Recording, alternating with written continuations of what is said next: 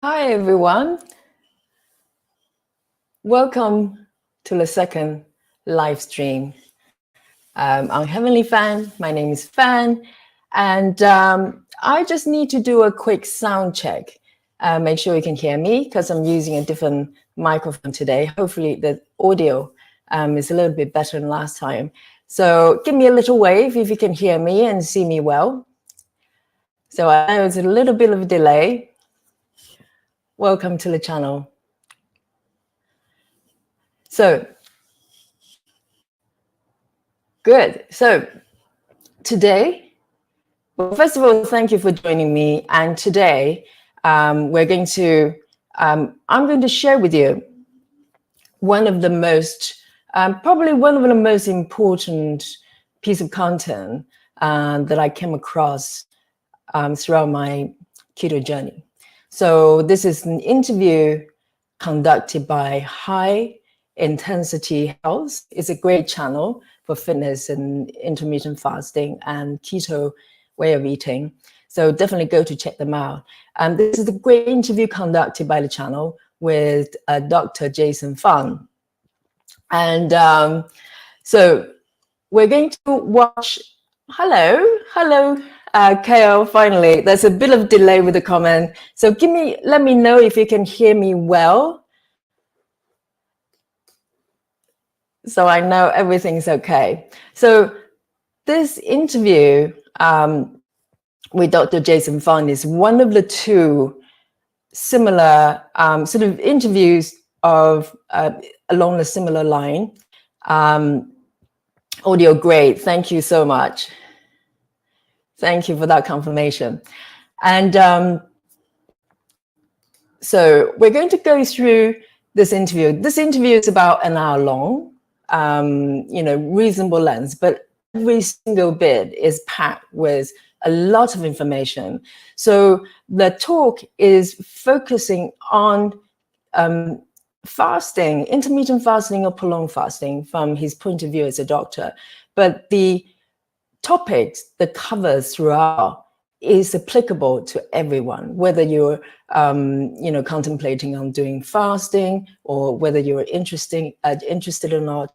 There's so many things, and there are a lot of sort of points that he sort of managed to clarify. They will help you along your journey, because I know it covers a lot of topics that you have been asking me about throughout the years. And, I do my best to explain it in layman's terms, but Dr. Jason Fung is a doctor. He's, if you're not familiar with him, he is a kidney doctor. I think he's based in Canada.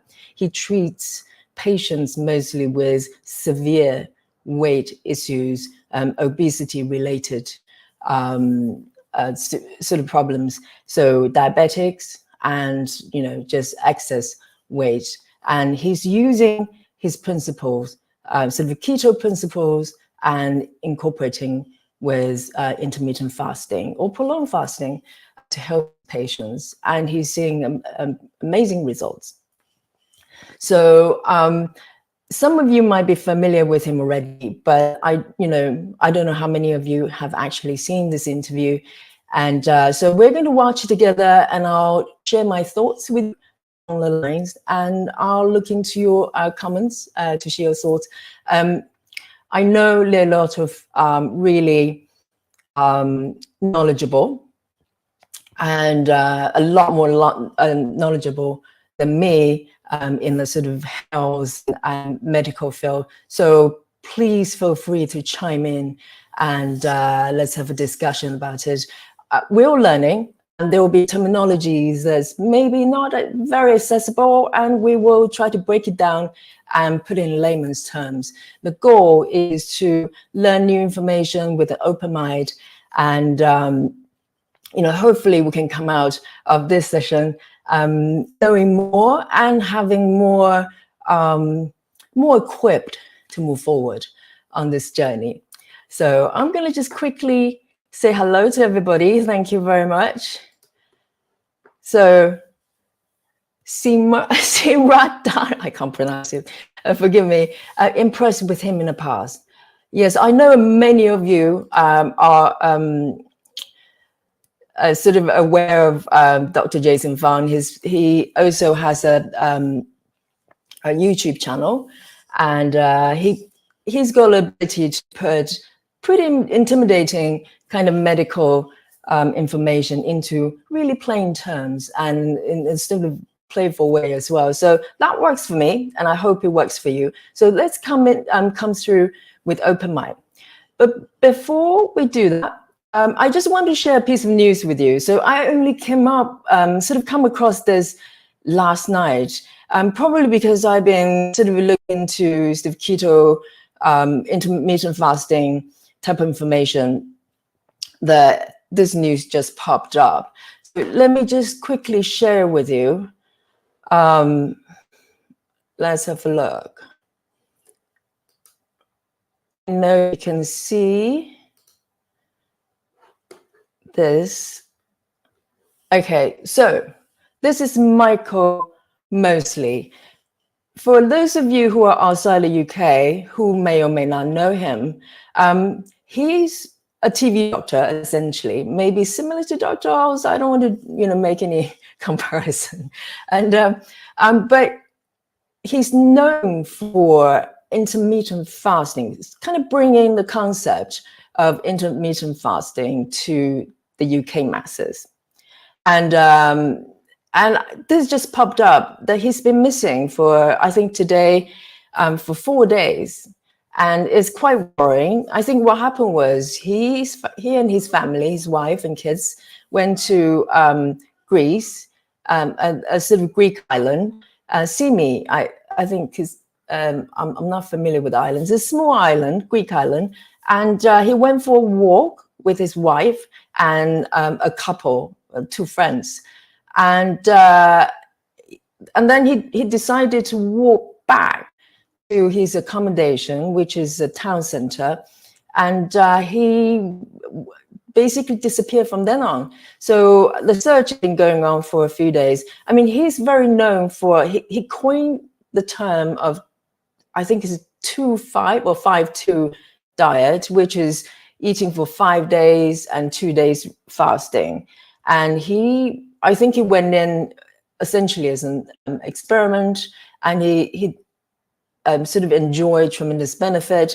And from then on, he's been on everywhere. He's written books. He's on daytime TV on a regular basis, basically promoting the idea of intermittent fasting and so a low carb way of eating. Not keto per se, but basically reducing carbohydrate and sugar. So he's quite an influential figure in this term, at least in the UK. So he's been missing for 4 days, and for some reason he didn't have a mobile phone with him. So it's quite worrying. And but it's been spotted on, this is on his Facebook, but he's been spotted on CCTV last time when he managed to get back to town center, because initially there are some thoughts that maybe during the walk back to his accommodation, something happened, accident, or maybe he fallen in the sea, because it's very hot in the past few days. Apparently it's over 40 degrees Celsius. So for most people, particularly people from the UK, that's tremendous heat, even for local people. So we don't know what the situation is. He made it back to the town center. He's been spotted, but the CCTV is not sort of covered wide enough to capture where he's gone. There's some suspicion he's gone up to a pass that's quite remote, even for local people. So I want to bring this up because he's quite an important figure in the UK when it comes to intermittent fasting and low carb way of eating, and all prayers, and hope for the best. So they're going to find him safe and well. So I just want to bring that up. So with that, let's come back to this interview. So for those of you who just joined me, so this is an interview conducted with a channel called Intensity Health. Let me double check. I should know because I discovered this channel for ages ago. It's called High Intensity Health. And please go have a check. If you want to watch this video uninterrupted with no commentary, I've got a link underneath the description. So my gratitude to the channel for conducting this wonderful interview. So we're going to go through section by section. And for that, I need to do another sound check to make sure you can actually hear the video audio as well. So let me just play a little bit of intro and you let me know. Give me a little wave if you know.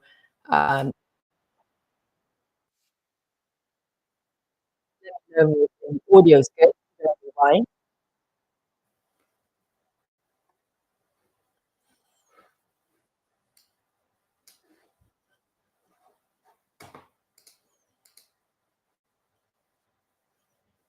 Is the audio okay?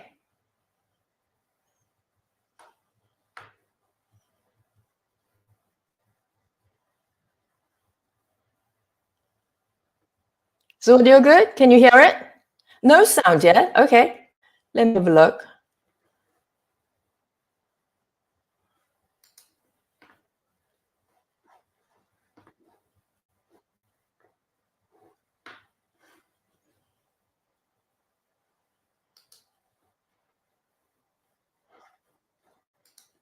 Any luck? Okay, yes. No audio. No? Let me have a look. Let me have a check.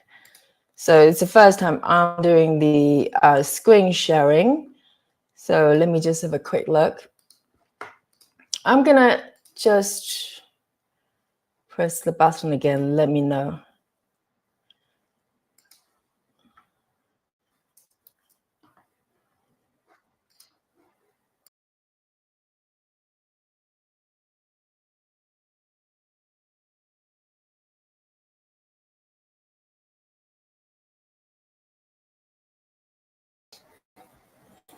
Sorry about that. Let me just try again. I wanted to make sure that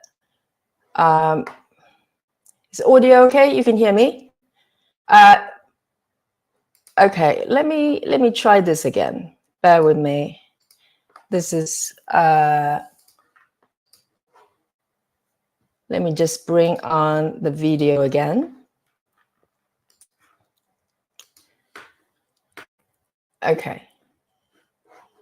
I'm going to play that bit again, so you let me know. Diet and intermittent fasting are really just along that same spectrum. They're actually close cousins, basically. Any sound? The ketogenic diet, by being ultra low carb, low insulin. Oh, the video.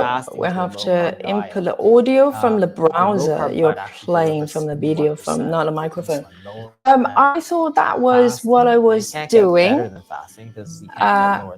Just give me a moment. Most of the way there, this sort of ketogenic diet. So it actually is very, very effective. So a lot of the diseases of hyperinsulinemia, which is obesity, type 2 diabetes, can be treated very effectively with a ketogenic diet. So I have no problem. The other thing that most people have found is that if you're on a ketogenic diet or if you're on a low carb diet, fasting is like really, really easy. And it's the same thing because your body's so adapted to fat metabolism. Anything? After that first 2 weeks, your body's so used to. Can you hear the video? No difference if it's burning fat like butter. Or fat. Can you confirm again? You can hear the video, fat, right? So it just burns it. So if you think about it, it makes a lot of sense. No? Okay, now? And is that maybe the ketones maybe suppress the appetite, so you don't have to eat. Okay. So you can hear the video, right? Excellent, excellent, good. So that bit was intro of the comment about inputting the audio was sent a minute ago, but you have fixed it. Okay, good, beautiful. Thank you very much for all your help. So now we're gonna go into the video. So that intro bit, it covered already several topics. I think some of you will be very interested. And let me just have a look at it, double checking. So all the audio's working. Very, very happy. Okay, so let's go. Hey folks, welcome back to another episode. It's Mike Mtor here with HighIntensityHealth.com. Very excited to be with Dr. Jason Fung to talk about his latest book, The Complete Guide to Fasting. And also, if you may remember, he wrote the Obesity Code. So we're going to talk a little bit about that today. But Dr. Fung, first of all, I want to welcome you to High Intensity Health Radio. Thank you. And commend you for your work and really encouraging people. A bit better? About fasting. Although it seems like a novel idea, humans have been doing this for... Let me turn on. Right? That's right. Well, really, they've been doing it since the dawn. And that's the whole point. Is that what we have here is a therapeutic modality that's been used for thousands and thousands and thousands of years. And now, for some reason, we all have decided that this is like the worst thing that people have ever done in their life, right? It's like, that's ridiculous. You can look back at all the religions, they all have prescribed periods of fasting, right? Some religions more than others, but people have always done it. In certain cultures, like the ancient Greeks, they did it for different reasons. For them, they did it for the mental clarity. But there was a long, long tradition with fasting. The last 50 years or so, there's been this real move against it. Now, for example, you mention it and people just roll their eyes. They think it's like the dumbest thing they've ever heard. I'm like, well, what's so dumb about it, right? And that was the point I was at a few years ago when I was working with type 2 diabetics. So I'm a kid specialist and we see a lot of type 2 diabetics and many of them are overweight. What you realize is that you have to take care of that diabetes, otherwise they're going to progress to have kidney disease. And to take care of the diabetes, they have to lose weight. So when somehow we got to the point where we were discussing fasting, I thought, oh, that's the dumbest idea ever, right? Yeah. And then I thought, well, why is it so dumb? Like, what's wrong with it, right? So then I started to look, and really there's nothing wrong with it. There's all these benefits, but the bottom line for me, that the way that people lose weight. And people have always used it to lose weight, right? And it doesn't mean you have to fast for 40 days and 40 nights. It just means that you have to extend the time, let your body burn off some of the fat, and there's nothing wrong with that. So as I started to look into the physiology and so on, then I realized that there's actually all this important benefits that were going on with the fasting, and that there was no reason why we didn't use it. That's why I started to use it for all our patients. Yeah. And did you notice blood sugar regulation improved commensurate with the weight loss, or was that after the fact? Like, because working with diabetics, type 2 diabetes, the blood sugar often gets better before a lot of the weight is lost. So you can often pull people off of their medication, take them off of their insulin and so on. And that's one of the things that you have to be careful about, is that you don't take the same dose of all your medications, especially if you're diabetic medications, and change your diet at the same time. Because of course there's a risk that your sugars go too low. And luckily I'm able to monitor that and advise patients, that sort of thing. But yeah, absolutely. Blood sugar comes down. It's not really that hard to understand. You don't eat, your blood sugar comes down, right? So nothing about it. Yeah. And in these diabetic patients, do they have a trouble with doing this fasting protocol? Are they getting it? So before it goes into the next question, I just want to point out how simple Dr. Jason Fung has made it to be. So we very often associate with the idea of not eating to starvation. And what he's pointing out is really important point. Human has been doing it for the longest time. A lot of modern concept of a lot of things that we actually have been doing for a long time, we perceive as something that is detrimental and dangerous. And there's so many examples. So I just want to point it out. Already, he's kind of just go demystify the whole concept.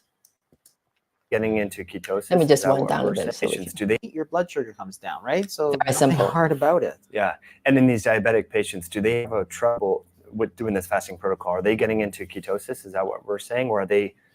I don't measure ketones, so I don't actually know if they're going into ketosis. Certainly some are going into ketosis, but I couldn't tell you because we don't measure it. We don't have a good system. I mean, there's systems for it, but it's not absolutely. So I have to stop for just pause for a little bit before we move on. This is the point. When I first saw this video, probably about 5-6 years ago, I was in the very beginning of my keto journey. And I wasn't particularly looking for sort of fasting information, but I came across this interview. And what is it about ketosis, the ketone level he just mentioned? We're going to wind back and listen to that again, because I think it's so important. For me, that was a light bulb moment, because till that point, if you have sort of seen my previous video or the last live stream, I talked about the measuring of the ketone level. And that's the question I've been asked so frequently in terms of, how do you know if you're in ketosis and how do you check?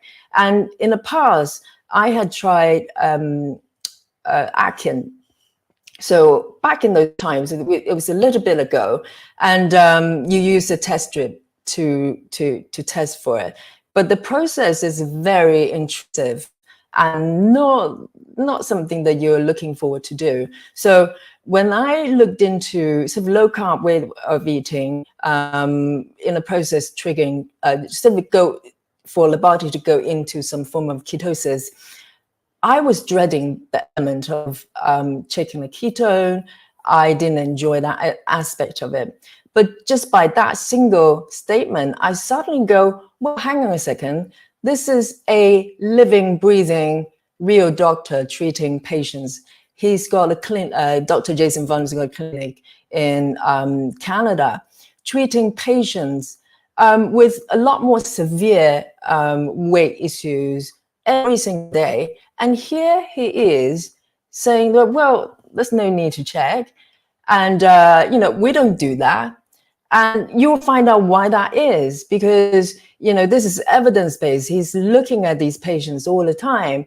And he knows that the most important thing is the outcome and not the numbers. So I wanted to point that out because I remember the light bulb just went off when I first saw this the first time, the kind of, epiphany.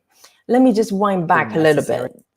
Are they getting into? Yeah, it's not really that hard to understand. You don't eat, your blood sugar comes down, right? So nothing hard about it. Yeah, and in these diabetic patients, do they have a trouble with doing this fasting protocol? Are they getting into ketosis? Is that what we're saying, or are they? I don't measure ketones, so I don't actually know if they're going into ketosis. Certainly, some are going into ketosis, but I couldn't tell you because we don't measure it. We don't have a good system. I mean, there's systems for it, but it's not absolutely necessary either. So to simplify things, we actually don't require it of our patients. Many people like to see it, if burning fat and so on, and if it helps them, great. But for many of our patients, they're older, they don't really want to do something extra. So. Yeah. What about hypoglycemia? I mean, that's the major risk, right? So if you're taking blood sugar medications, then you may go hypoglycemic, right? The question is, if you're not taking medications, so for somebody who's either not diabetic or diabetic but not taking medications, there's always this word, you're going to hypoglycemic. Well, no, that's not how the world works, right? And this is the same thing. So and people always tell you these crazy things about fasting. One of them is you'll go hypoglycemic and die or something. So it's like, okay, if that was true, then 100, 200 years ago, and it was winter and you're living in a cave somewhere and there's food, you don't eat for a couple of days, well, you go hypoglycemic and die, right? That's what happens to all the lions and the tigers and the bears. They all just have seizures and die, right? That's just ridiculous, right? If you actually measure the blood sugar of people who fast, it typically goes down a bit, then stays in that normal range. And every study has shown the same thing.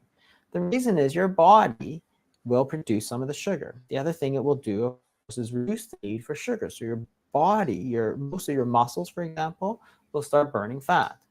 Your brain, which cannot. So, quick pause here. So he's explained the myth, really, that if you stop taking in glucose, you're going to go into hypoglycemia, which is low blood sugar in the plain layman's term. So he's saying it's a myth because it doesn't mean your blood sugar just keep going low and low and you perish. It doesn't work like that. Basically, your body will find a way to find a balance point. and because our body is intelligent. So that's busting that sort of fear a lot of people have with fasting, meaning that you're going to just continue to kind of integrate into nothing. So listen to this. The body then stays. Let me rewind a little bit. Living in a cave somewhere and there's no food, you don't eat for a couple of days, well, you go hypoglycemic and die, right? That's what happens to all the lions and the tigers and the bears. They all just have seizures and die, right? No, it's like, come on, that's just ridiculous, right? If you actually measure the blood sugar of people fast, it typically goes down a bit, then stays in that normal range. And every single study like has shown the same thing. The reason is your body will produce some of the sugar. The other thing it will do, of course, is reduce the need for sugar. So your body, most of your muscles, for example, will start burning fat. Your brain, which cannot, the body produces ketone bodies, and the ketone bodies will provide most of the energy needed for the brain. So you do need a little bit of glucose, but luckily you can get that from your body fat as well. So if you look at glycerol, which is the backbone of the fat molecule, so it's a glycerol plus 3 fatty acid chain. When you don't eat, your body cuts off those 3 fatty acids, the muscles use the fatty acids, the glycerol gets turned into glucose, and you have a little bit of glucose. But since most of your body is not using glucose, you don't really need that much. Right. So that's the point. You don't go hypoglycemic, right? It's the same thing. You hear this all the time, that the brain needs 130 grams of carbohydrates every day, so that therefore you must eat every single day, otherwise you're going to die. And it's like, okay, that is just the most ridiculous thing ever. That anybody would ever think that honestly boggles my mind, because this is basic physiology, right? Not even like physiology. This is like high school physiology, right? Like not even like grade 12, it's like grade 9 physiology. It's like, the thing is that if you don't eat, what happens is that your body breaks down glycogen, provides glucose. So why do you need to eat? You don't. When you eat, you store energy. When you don't eat, your body pulls that energy back out. So for example, we ask people to fast all the time. If you're going for surgery, you don't eat. If you're going for a colonoscopy, you don't eat. If you're going for fasting blood work, you don't eat. If you're going for an ultrasound, you don't eat. Sometimes it's 18 hours, sometimes it's 20 hours. It depends on what procedure is. So people fast all the time. So from that description, from that description of not eating, that is essentially the process, how people go into ketosis. So I'm frequently asked, well, how long does it take into ketosis and how do you know? Is that once your body is depleted with glucose, your body doesn't just give up and go, that's it. You know, for a little while, it will fight you. You'll try to urge you to replenish more glucose. And that's what a body does, because that's the fuel source for your body for the longest time, particularly if it's the first time you go on keto. But what happens is, once that's depleted, your body doesn't just give up. It will try to switch fuel. And that's when your body starts to produce ketone and through the body fat. And Dr. Fung just mentioned that when wild animals, when they go out, when they're starving, they're going out to hunt. That's a really important point as well, because when body's under stress, to a certain extent, if your body's depleted with glucose, you are, in a way, you're putting your body into a certain level, a certain form of stress. But what happens if people have been on keto or have been have gone through the experience of fasting? What they report back is that you have that mental clarity and sharpness you don't normally experience when you're on high carbohydrate diet. On the contrary, very often I call it carbohydrate coma. A lot of times if you eat a large plate of pasta or a big sandwich, you feel sluggish. So there's a problem there, because food is supposed to give you nutrient and energy. There's no reason when you eat something you actually feel worse. But when you're fasting, technically your body is deprived with nutrient, but you're feeling sharper. And that's how our body is designed, is intelligent in order for us to survive, because there's no way our body just give up. If we're starving and our body just disintegrate and we become weaker and weaker, human being probably wouldn't be here after this time. We're just distinct because we just starve to bits. And so what happens when our body's under certain stress, even though this is artificial, this is controlled stress, your body kicks into a gear and actually go, well, no, you really need to focus. You're going to have more energy and more concentration in order to find food. So that's where, this paradox happens very often, that people feel that if you don't have food, you will become weak and then suffering from all sorts of things. So this is a really, really sort of critical point that we need to understand our body's intelligence and what happens when we go to ketosis or intermittent fasting or prolonged fasting. The body has the mechanism to find the balance, and through the process provides many benefits. Any one of them ever. If you're going for a colonoscopy, you don't eat. If you're going for fasting blood work, you don't eat. If you're going for an ultrasound, sometimes it's 18 hours, sometimes it's 20 hours. It depends on what the procedure is. Yeah. So people fast all the time. Does any one of them ever go hypoglycemic or have a seizure, or there's no brain functions, they turned into like slobbering idiots? No, they feel pretty normal. Actually, mostly, pretty right? good, yeah.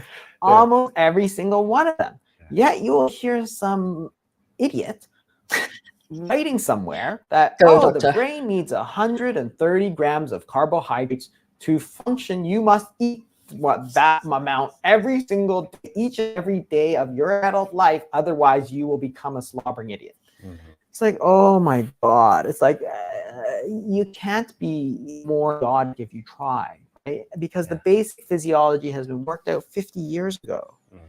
And everybody knows it's false. So, but everybody, right? There's these truths that get passed on, and they get repeated so often that no matter how stupid they are, people believe them because they've been repeated over and over. It's like the calories thing, right? Oh, cut your calories, you'll lose weight. Has it worked for anybody, right? No, not really.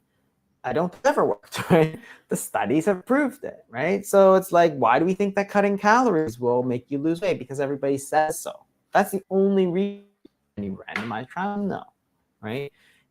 So there's so many examples here where people going to repeat this, and fast has more than the usual number of things: starvation mode, muscle loss. There's so many of these myths that go around, but definitely hypoglycemia is not one of the big concerns unless you're taking medications. Then you have to be careful. Yes. And so, in which case you would work with a practitioner, obviously, to make sure that we're okay. You mentioned muscle loss. I think that's a big hurdle or mental hurdle for a lot of people, because people are interested in like fine tuning their health, or active, they're exercising, doing CrossFit, weightlifting.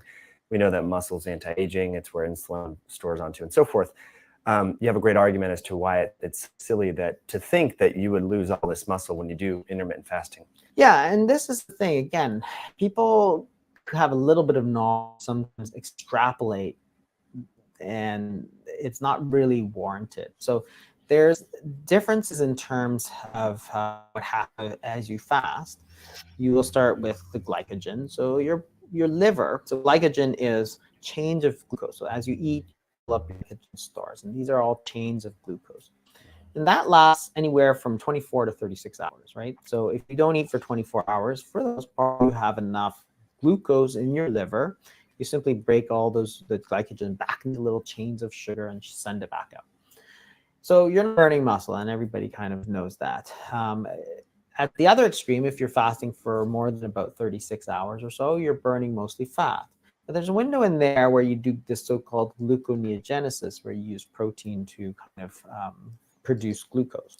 Okay, I'm going to just quick pause you, because you mentioned a really key word just now, gluconeogenesis. And also, just a little bit before this. So muscle loss is one of the probably biggest myths when it comes to being ketogenic, and also let me just bring this up. It's one of the myths that people say you lose muscles, because particularly when you first go into ketosis, you actually feel the energy level will drop a little bit because your body is still trying to figure out what is going on. Where's the glucose? So if you're used to, if you normally go out jogging or into the gym, you will feel a level of energy drop, and that's totally expected and normal. If you know it's expected, you're not going to panic. But muscle loss is another thing that it's to do with what we were talking about, that if you deprive your body with nutrient, going to some sort of intermittent fasting or fasting, the body is going to just break down. And what the doctor is saying here, it's absolutely, there's no evidence is that's the case. And not only so it's when your body is depleted of energy, it doesn't just go into starvation mode. And this is one of the biggest thing that they need to address. And I think that what doctor wasn't very accurate about, or not really true, in terms of what he said everybody knows that. No, not everybody. Most people believe that if you sort of eat less, if you don't eat carbohydrate, or if you go into some sort of intermittent fasting, the muscle will go. And he's going to explain to you why it's not true. And it's not really warranted. So there's differences in terms of what happens. So as you fast, you will start with the glycogen. So your liver, so glycogen is change of glucose. So as you eat, you fill up your glycogen stores, and these are all chains of glucose. And that lasts anywhere from 24 to 36 hours, right? So if you don't eat for 24 hours, for the most part, you have enough glucose in your liver. You simply break all the glycogen back into little chains of sugar and send it back out. So you're not burning muscle, and everybody kind of knows that. At the other extreme, if you're fasting for more than about 36 hours or so, you're burning mostly fat. But there's a window in there where you do this so-called gluconeogenesis, where you use protein kind of produce glucose. Mm-hmm. And that's where people say, wow, you're going to lose, and I've heard these numbers, you're going to lose a 1/4 pound of muscle every day fast. Again, you'd have to realize that if you believe that, then you'd have to believe that Mother Nature designed our bodies to store food energy as fat and sugar when we actually need it to burn protein, right? It's like, okay, well, that sounds pretty dumb, right? No system would work very well if it was designed that way. If you had, it's like you store firewood for your wood burning oven, but as soon as you need it, you chop up your sofa and throw it in the fire. It's like, why would you do that? Why would you think that? Why would you be so stupid, right? Why do you think our body is so stupid that does that? If you're going to store energy as sugar and fat, you're going to burn sugar and fat, right? Mm-hmm. There is a portion in there where you're using some protein. So again, if you look at extended fasting, what you see is that there is a turnover every day of protein, and the protein gets turned into the glucose, but you don't ramp up that protein. It's not like you're increasing the burning of your protein. Mm-hmm. So if you think about it, if you have repeated, let's assume, for example, that's true, that you lose a 1/4 pound of muscle for every day you fast. So that means in a year, I should lose, let's see, I do maybe 3 days a week, perhaps, right? So, so say in a couple of years, I should lose all my, right? I should be like 100% fat, right? Yeah. But I'm not. I've got bone, right? I've got skin, right? It's not like I burned off all my skin, turned it into a giant glob of fat that's just sitting here, right? It's like, come on, that's just the most ridiculous argument I've ever. I laugh every time. Doesn't matter how many times I watch this bit. It makes me laugh. So this is kind of busted the myth right there. So if we believe, let me just come back. if we believe that muscle loss is true when we fast or when we're not taking huge amount of protein, what happens is it will start depleting. And I have to say, this is a second light bulb moment when I first watched this, because so he used the analogy of burning the sofa. And in my mind, I always kind of comparing to bank accounts. So if the food that we take in, whatever it is, the energy source is the ready money, is the cash. And our body fat, in a way, is the saving account.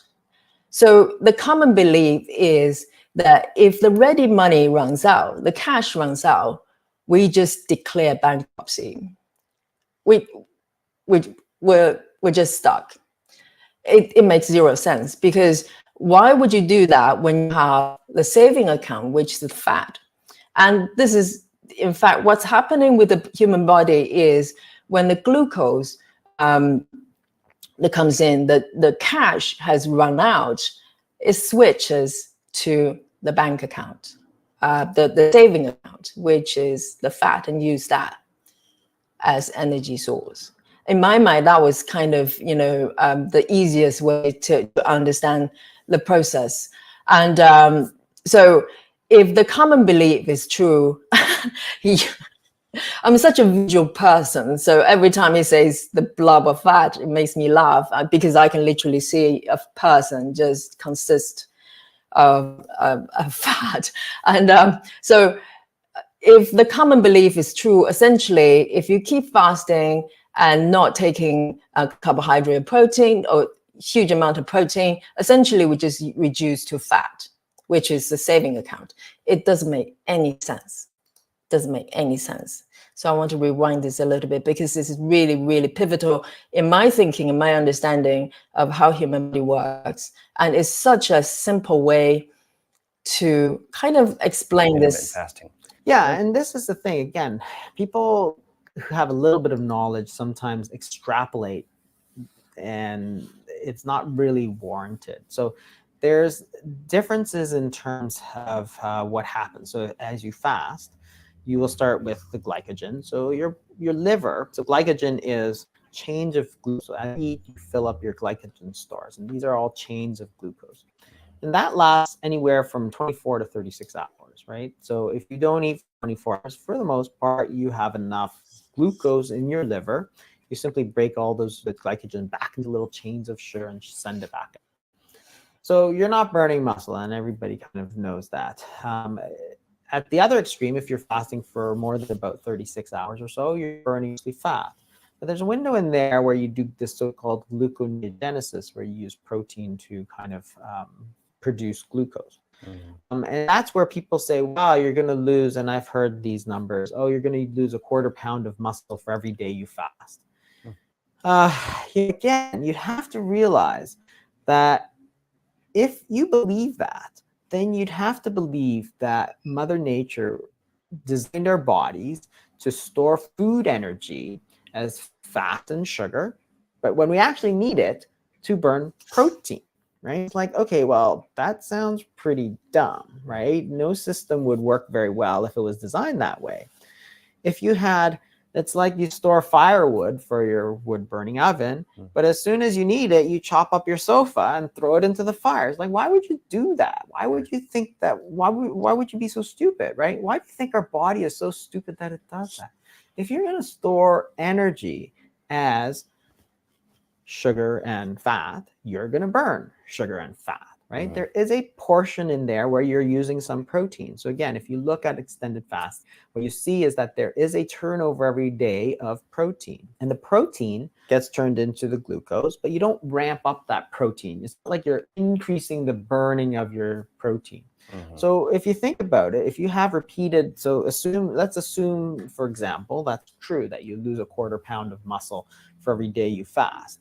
So that means in a year, I should lose, let's see, I do maybe 3 days a week, perhaps, right? So, so say in a couple of years, I should lose all my muscle, right? I should be like 100% fat, right? Yeah. But I'm not. I've got bone, right? I've got skin, right? It's not like I burned off all my skin and turned it into a giant glob of fat that's just sitting here, right? It's like, come on, that's just the most ridiculous argument I've ever heard. And if you go back to studies of fasting, so it's like, if you think you're going to lose muscle while fasting, then do the study. Fast people measure their muscle mass at the end of it. Don't look at urea kinetic, all this stuff, because that's not your question. I didn't ask you about urea kinetic. So urea is the breakdown product of protein. Do the study where you take somebody, you fast, measure their muscle mass. Is it changed? And it's like, when you compare them, no, there's not much change. Right. I mean, obviously, it depends. Again, if you are very obese versus if you're very lean, then it's different too. Okay. So a very obese person will burn much more fat percentage-wise than a lean person. It makes sense. Again, the body is not that stupid, right? So the estimates is an obese person will burn about 90% of their calories as fat, whereas lean person is at 78. So they are burning more protein. Interesting. So absolutely. And this is why, because there's just a lot more fat in the fat person, right? So you're doing that. Right. That's just smart, right? So this is the thing. If you're worried about that, you do the study. So recently there was a study where they compared caloric restriction to alternate daily fasting. So you got to remember that anytime you lose weight, your lean mass all goes, right? So it's not like pure fat that you're losing. So you can't take your baseline as zero lean body mass loss, right? This is the mistake everybody always makes. Again, they say, wow, you're losing lean mass. Well, you lose lean mass anyway, right? Which one is worse? So they compared the lean mass loss in a fasting regimen versus a daily caloric restriction.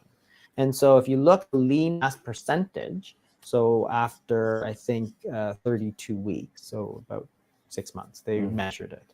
And the lean percentage went up because you're losing more fat than lean mass in the caloric restriction by 0.5% and 2.2% in the alternate daily fasting. So in other words, the fasting group was 4 times better at preserving lean mass compared to restriction.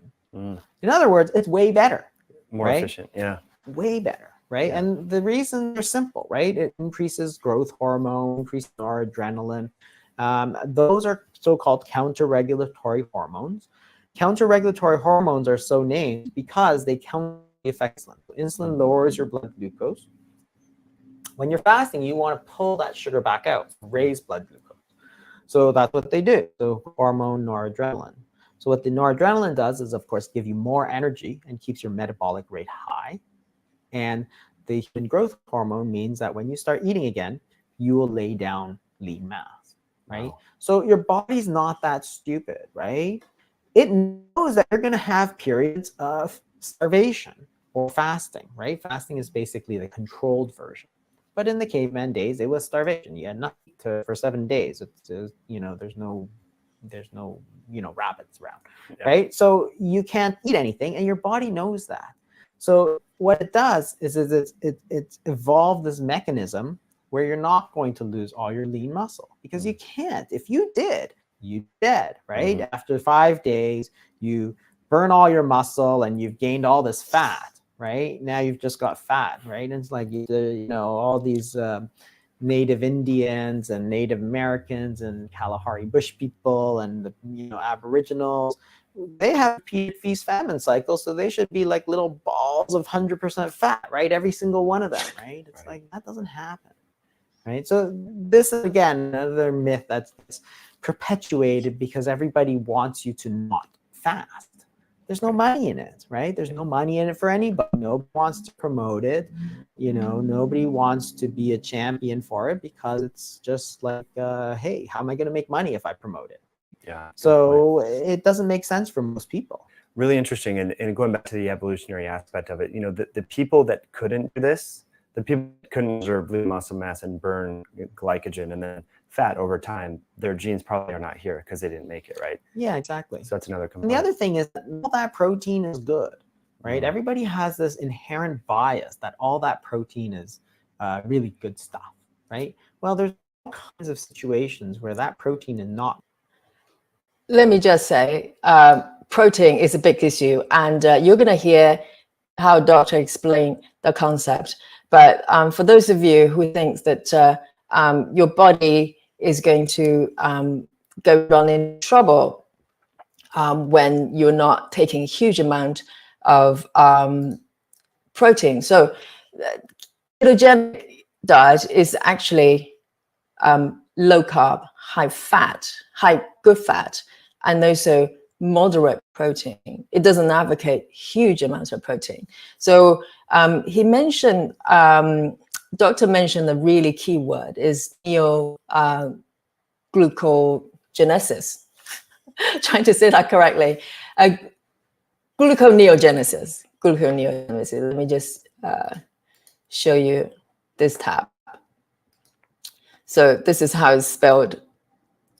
So you don't need to worry about the sort of scientific bit, at least personally for me. But I think what it is your body, when it's the glucose depleted to a certain level, it actually convert certain parts of the protein into glucose, and also your body will produce some protein in order to support your, I think it's brain function, the doctor mentioned. So your body has a way to balance things out. It doesn't just break. And also earlier on, it was mentioning of the, back in those days when we hunt and gatherers, we couldn't just go out to the supermarket and just get food.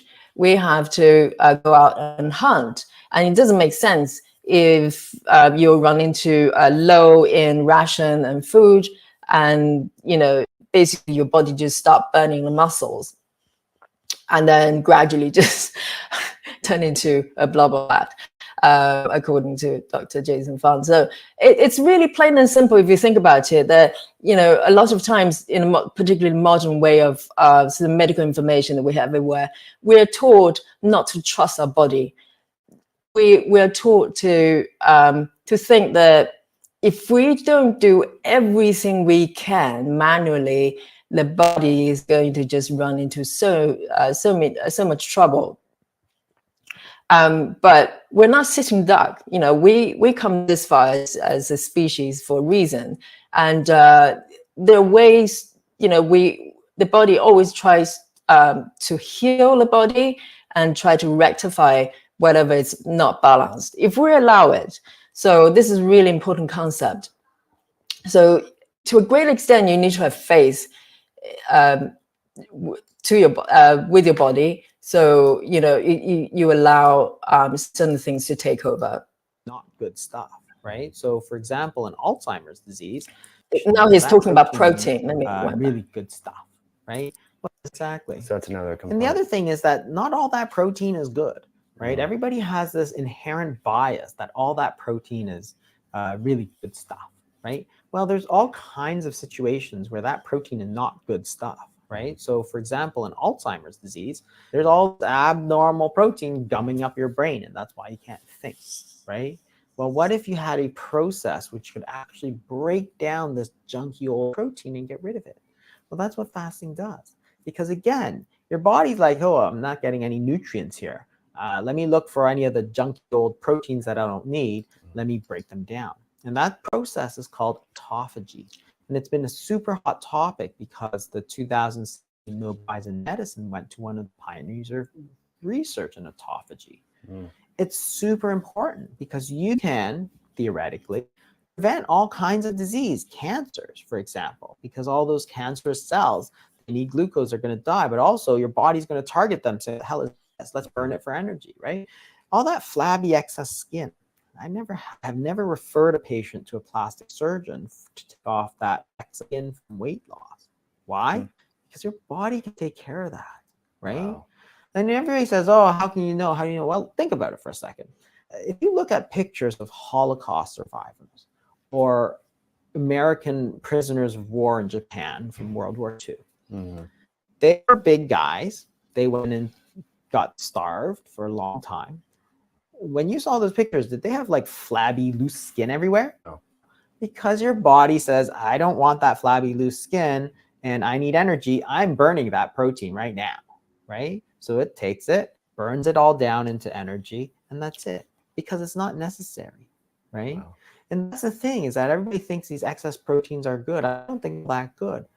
I think that there's actually a lot of protein that could be gotten rid of. Like if you are obese, then it's a very good option for you, because you know for a fact that you're going to be burning more fat than protein. If you're very lean, it may not be the best option for you. If you're lean and you want to build muscle, these long fasts are probably not your best.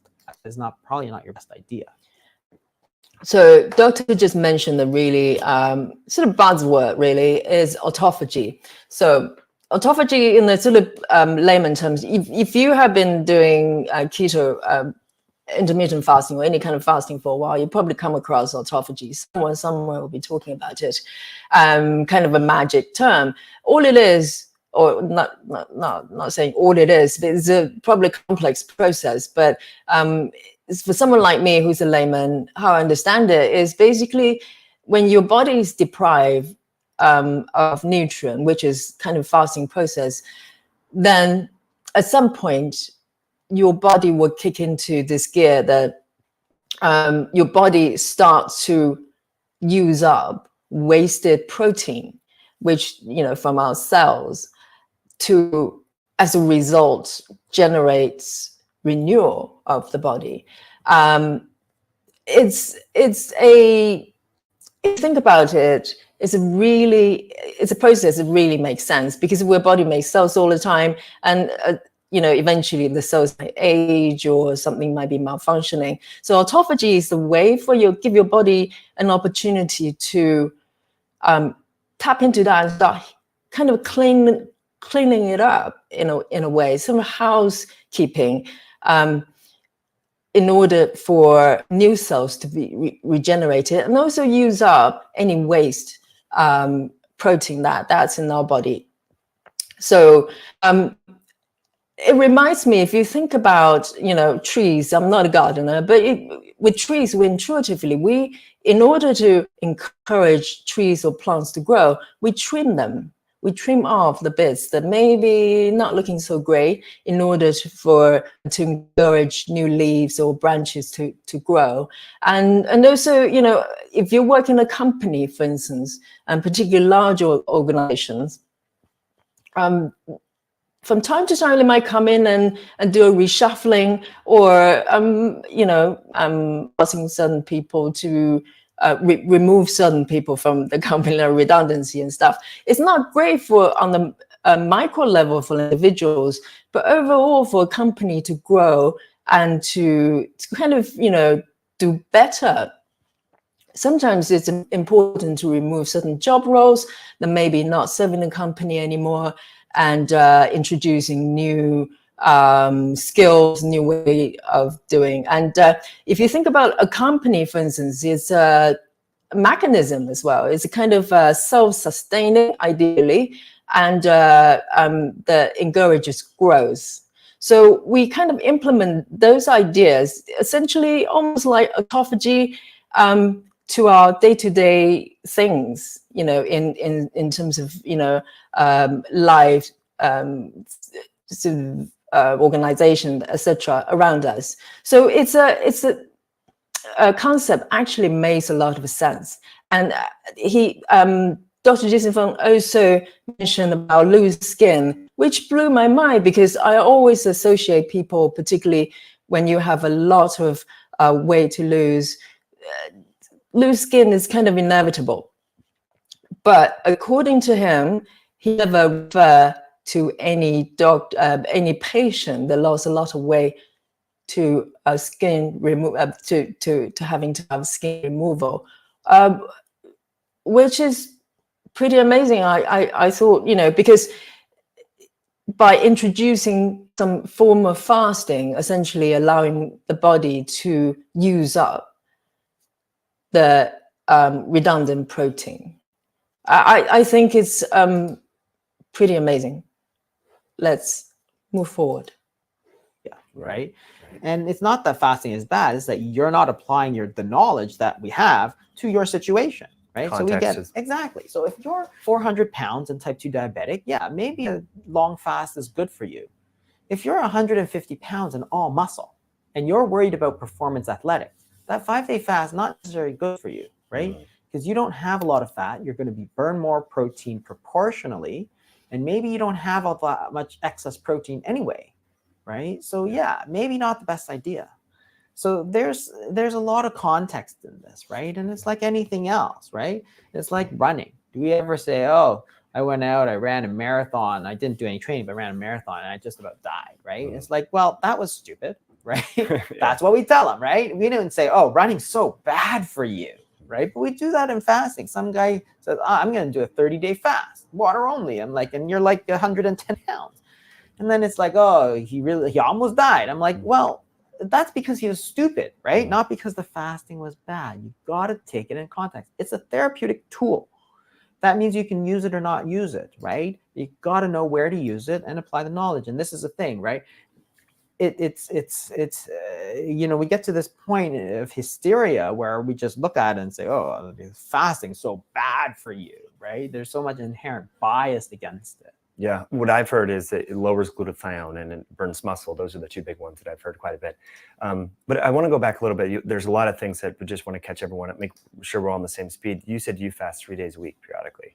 What does that look like? So I typically do 24-hour fast. So the thing is about fasting is that there really is any duration you want to do, right? So you can do longer ones. You can do, Jimmy Moore did a 21-day fast, for example.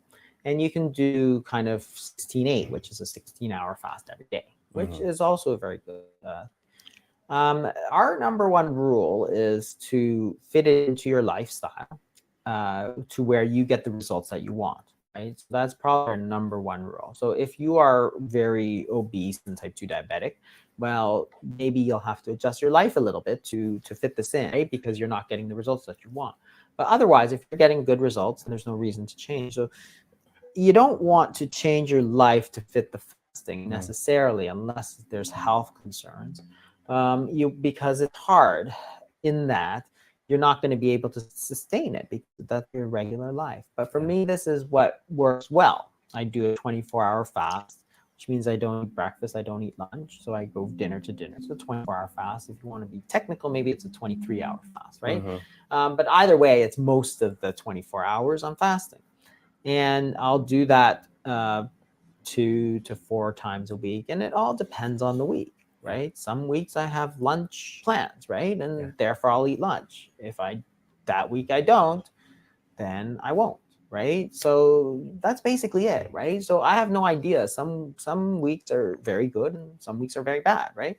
So it really fluctuates up and down depending on how busy I am.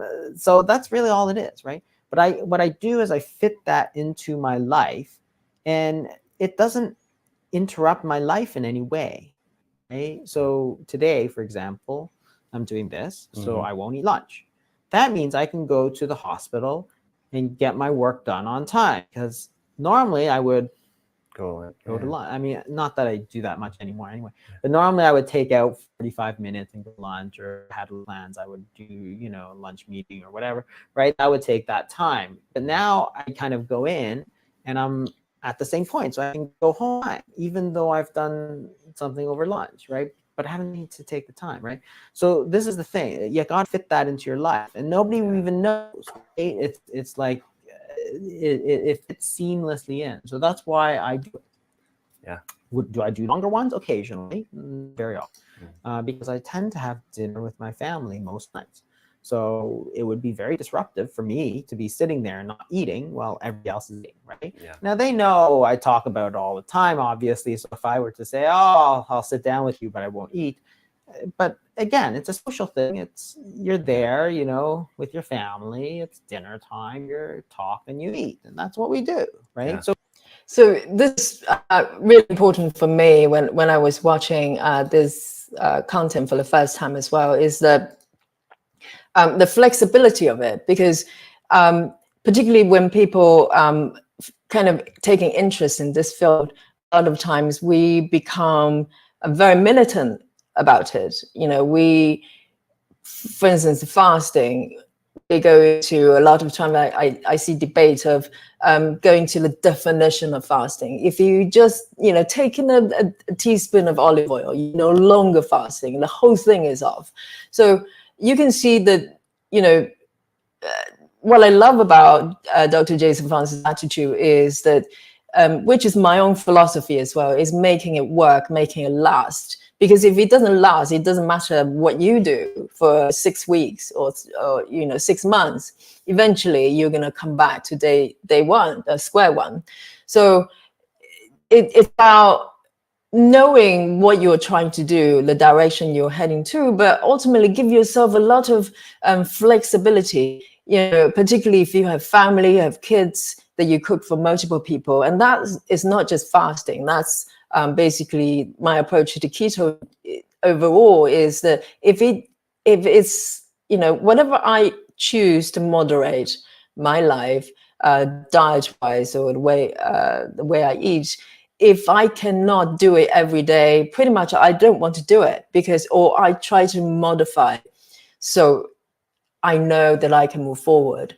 I mean, you know, I talked about this before. I'm claustrophobic. I genuinely have claustrophobia, but mentally I'm claustrophobic as well. So if you give me an idea and go, Fan, you have to do this for eternity, otherwise everything breaks, I pretty much will not do it, because I know I'll fail.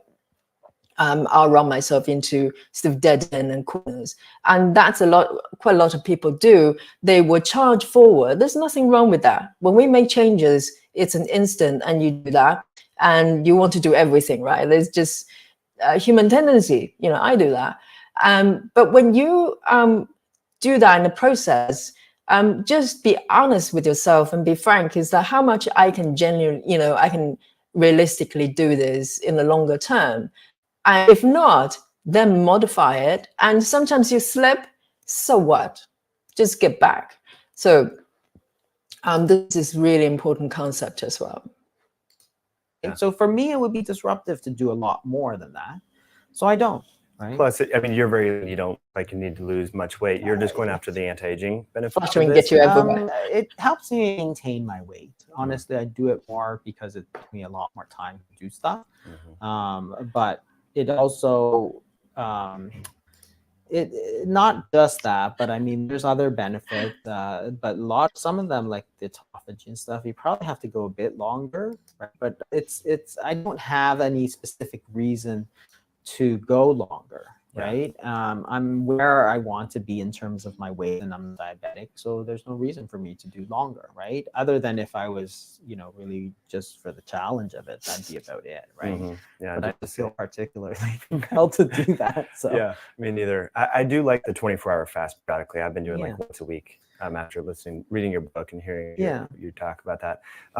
Let's talk about the anti-aging properties. A lot of people are spending a lot of their discretionary income on Botox and liposuction, whatever, trying to slow down the aging process. And you mentioned that when you go into this, when you're fasting, you increase growth hormone and other anti-aging hormones, get rid of the junk you don't need. What have you seen? I mean, this can be anecdotal too, Dr. Fung, from your patients, like skin tightening. Do they look younger? I personally notice that with people that do intermittent fast. Yeah, I mean, definitely, because a lot of these sort of things are, the skin, for example, is protein. Therefore, you can have differences in the skin that come around with intermittent fasting. So some people have noticed it. Definitely. I mean, Jimmy Moore was talking about this, some of the skin tags popped off and so on. And, you know, when I looked at his, you know, that's fairly extended fast. It gives you a good idea. I don't know who Jimmy Moore is. Look at him, or the other day when he finished the 21 days, it's like, wow, he looks really good. Yeah. You know, that's what I thought the other day. He just looks very healthy. He has more weight to lose that he'd like to lose. Sure, like so does everybody, right?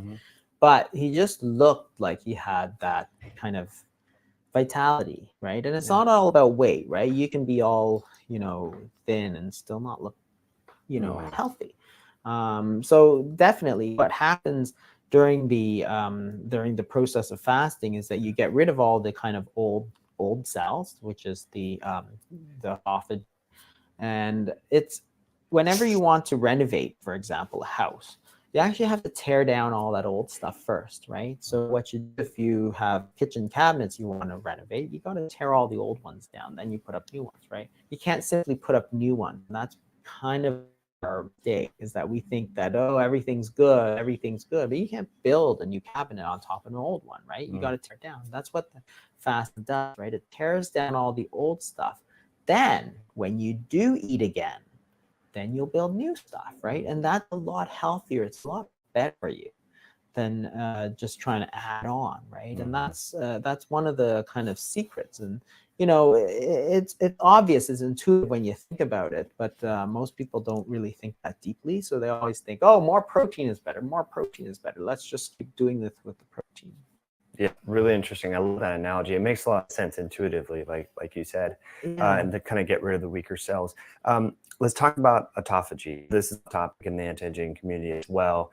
And I heard you say, I actually got this question. I did a kind of a lunch and learn yesterday for some integrative naturopathic doctors. And one of the questions came up about, so autophagy, it takes they were asking, is it 36 hours, 48 hours? I haven't looked at that particular research. It actually depends on mammalian target of rapamycin. That's one of the big, which is called Mtor. So Mtor is a major regulator of autophagy, and it's actually protein that is the big turnoff, right? So what happens is that Mtor is a nutrient sensor. It kind of senses how much nutrients are coming in. So if you have a little bit of protein, it actually kind of senses that very, very quickly.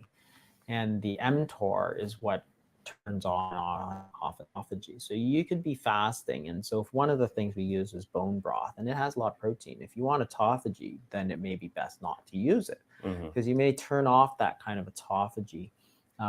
So you, on the other hand, theoretically, and there's not a lot of research into this, right? But theoretically, you could eat pure fat and still get autophagy, right? So if you ate 0 carbs, because again, it's not the calories, it's not a calorie sensor, it's a protein sensor. So it's very interesting that if you eat pure fats, so some people do this, right? Fat MCTs fast and MCTs or bulletproof coffee or whatever it is, you could actually, theoretically, not fast at all. You could be taking hundreds and hundreds of calories, right, with bulletproof coffee a couple times a day, right? You could easily get 1,500 calories if you take a couple of cups of that, right?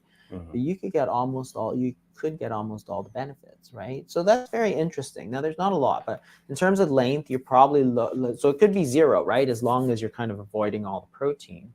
If you are taking protein, you could be doing this kind of bone broth fasting and never get autophagy, right?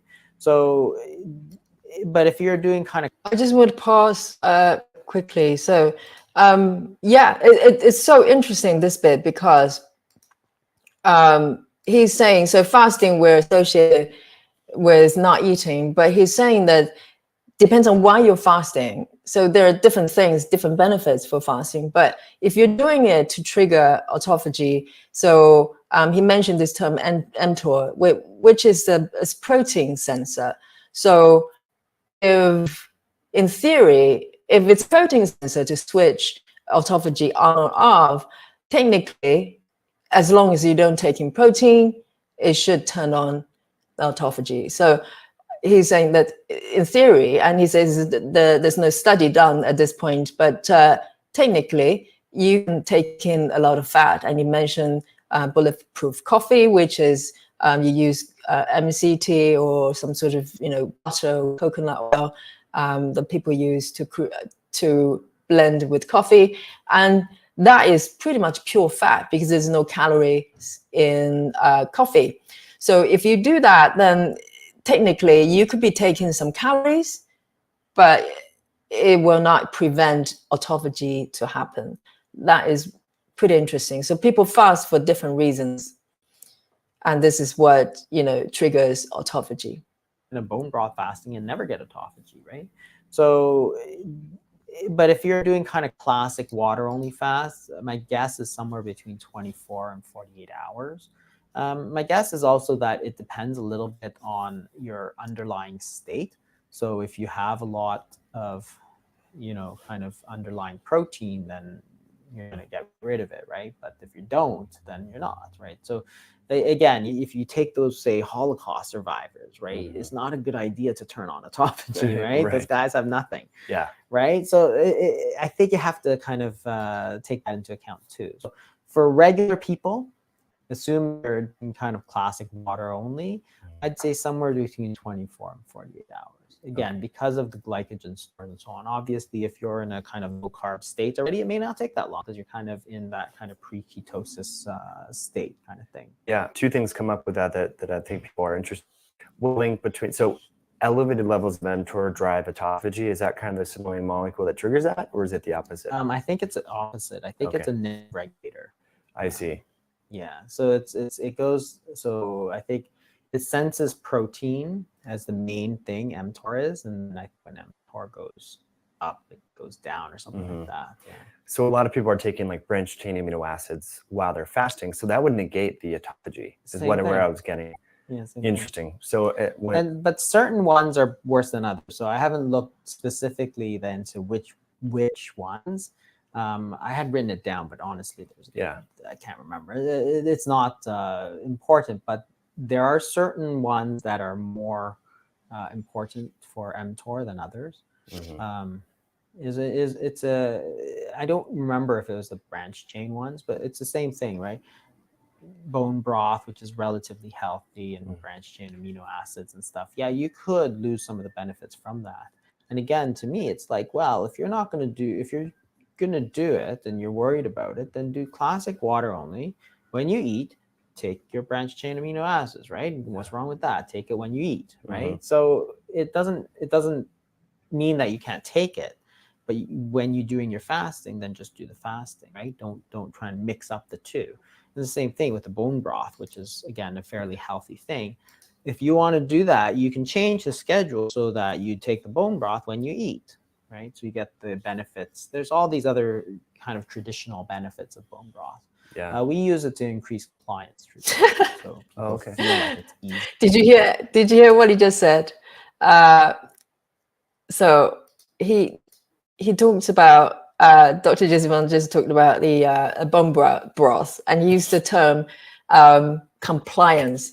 Use that compliance to get people to keep it going, and I love that, because a lot of people probably would argue that if you give someone who is fasting bone broth that contains calories, then it's no longer a fast. But if you have a flexible mind, you go, well, is it more important to strictly stay in the sort of textbook fasting state, or giving patients some way to navigate their way through for them to sustain what they're trying to do there. So I love that about him, and I'm just so amused they use the word compliance, because as he mentioned, he treats a lot of people who are slightly older and they've probably never been fasted before, and so it's a little bit of incentive for them to keep going, and I just love the approach. The other reason we use it in more extended fast, because then you can put some salt in. It's easier to get salt. Yeah. So if you do water only, you're getting very little salt, which sometimes causes people to get a bit dizzy and sometimes causes some headaches and stuff. So other people have done salt and water, which sounds super gross, but apparently when you're salt depleted, it tastes pretty good. That is funny. So for that, we say, well, then use a broth or a vegetable broth for those vegetarians, because then you can put a lot of salt in, and then you won't get those sort of symptoms. So it increases compliance because it makes it easier. You still get most of the benefits of the fasting. It's not a true fast, but you get most of it, right? So I'm not big on saying that, oh, you have to, because that is not a fast. I only care about results, right? How you get there, makes no difference to me. If you do a standard diet and get to where you go, then hey, who am I to tell you not to do what you're doing, right? Right. If you want to change, it's because whatever you're doing is not working. Then I'll show you what I think is the best, right? And then you try it and see if it works.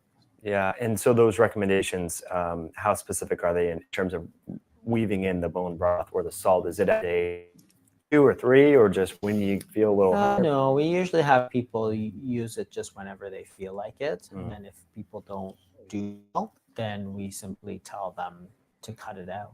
Okay. But we have older patients, so typically we will stick to shorter fast durations. So again, this is that kind of context. If you're trying to treat like 75-year-old, which I am, then you probably shouldn't be so aggressive, because then somebody could get hurt, right? So we shy away from like a 30-day fast, right? But if you're like looking for a challenge and you're 400 pounds and you're 40 years old and you're pre-diabetic, well, you probably could do an extended fast, as long as you kind of monitor yourself, you got family around you and stuff, right? Sure, go ahead, right? Yeah. There's nothing wrong with that, but there is a context. You got to use it where you get appropriate. And as a nephrologist, what have you seen in terms of restoration in kidney function through fasting in these elderly? A little. Okay. See, I hope that people will get better, but in truth, they don't. The kidney disease, once the damage is done, almost irreversible. So there are a few people who have reversed some of the mild parts of kidney disease, but fewer than they would have liked. And the truth is that that kidney damage takes many decades. And even making them better, you can't reverse that damage. It's like if you have a car and you don't change the oil, then it breaks down. You go, oh, now I'm going to change the oil. Well, no, it's still broken down, right? Yeah. It doesn't matter if you change it now, right? You have to prevent the damage. It actually goes for a lot of organ systems. The organ is very good at repairing damage, but when that damage happens, it's very rarely reversible. Chronic damage, anyway. So you have to prevent it. Yeah. Which is the whole point of this podcast, is preventative medicine, so people don't have to worry about that so much. One thing that's come up is hormone issues, like low testosterone. We know that, low hormones, low androgens in men precipitates insulin resistance and obesity and so forth. So what have you seen as a practitioner in men, like hypogonadism? Have you seen testosterone increase with fasting? There's not much of a difference. So we get this question with women in fasting a lot too. Yeah. So the main hormone that's affected in terms of fasting is insulin, because that's really the main hormone involved in energy metabolism, energy regulation. And some people say, well, about the thyroid? I'm like, there's maybe minor effects, but nothing major. We've put hundreds of people on, and we haven't seen a lot of thyroid disease. Some people have thyroid disease anyway. But it doesn't seem to precipitate it, because it has nothing to do with thyroid. And it's the same with the testosterone. It's the same with the sex hormones, estrogen. So it doesn't make it better, and it doesn't really make it worse. So there are certain issues like polycystic ovarian syndrome, which are actually part of the metabolic syndrome, which do get better. But for the most part, it's no difference. And that's why some people say, oh, women shouldn't fast. I'm like, well, where do you get that from? Right? And it's always the same studies of 5 rats that somebody pointed out at one point. Yeah. And it's kind of ridiculous, because, women have fasted for thousands of years, right?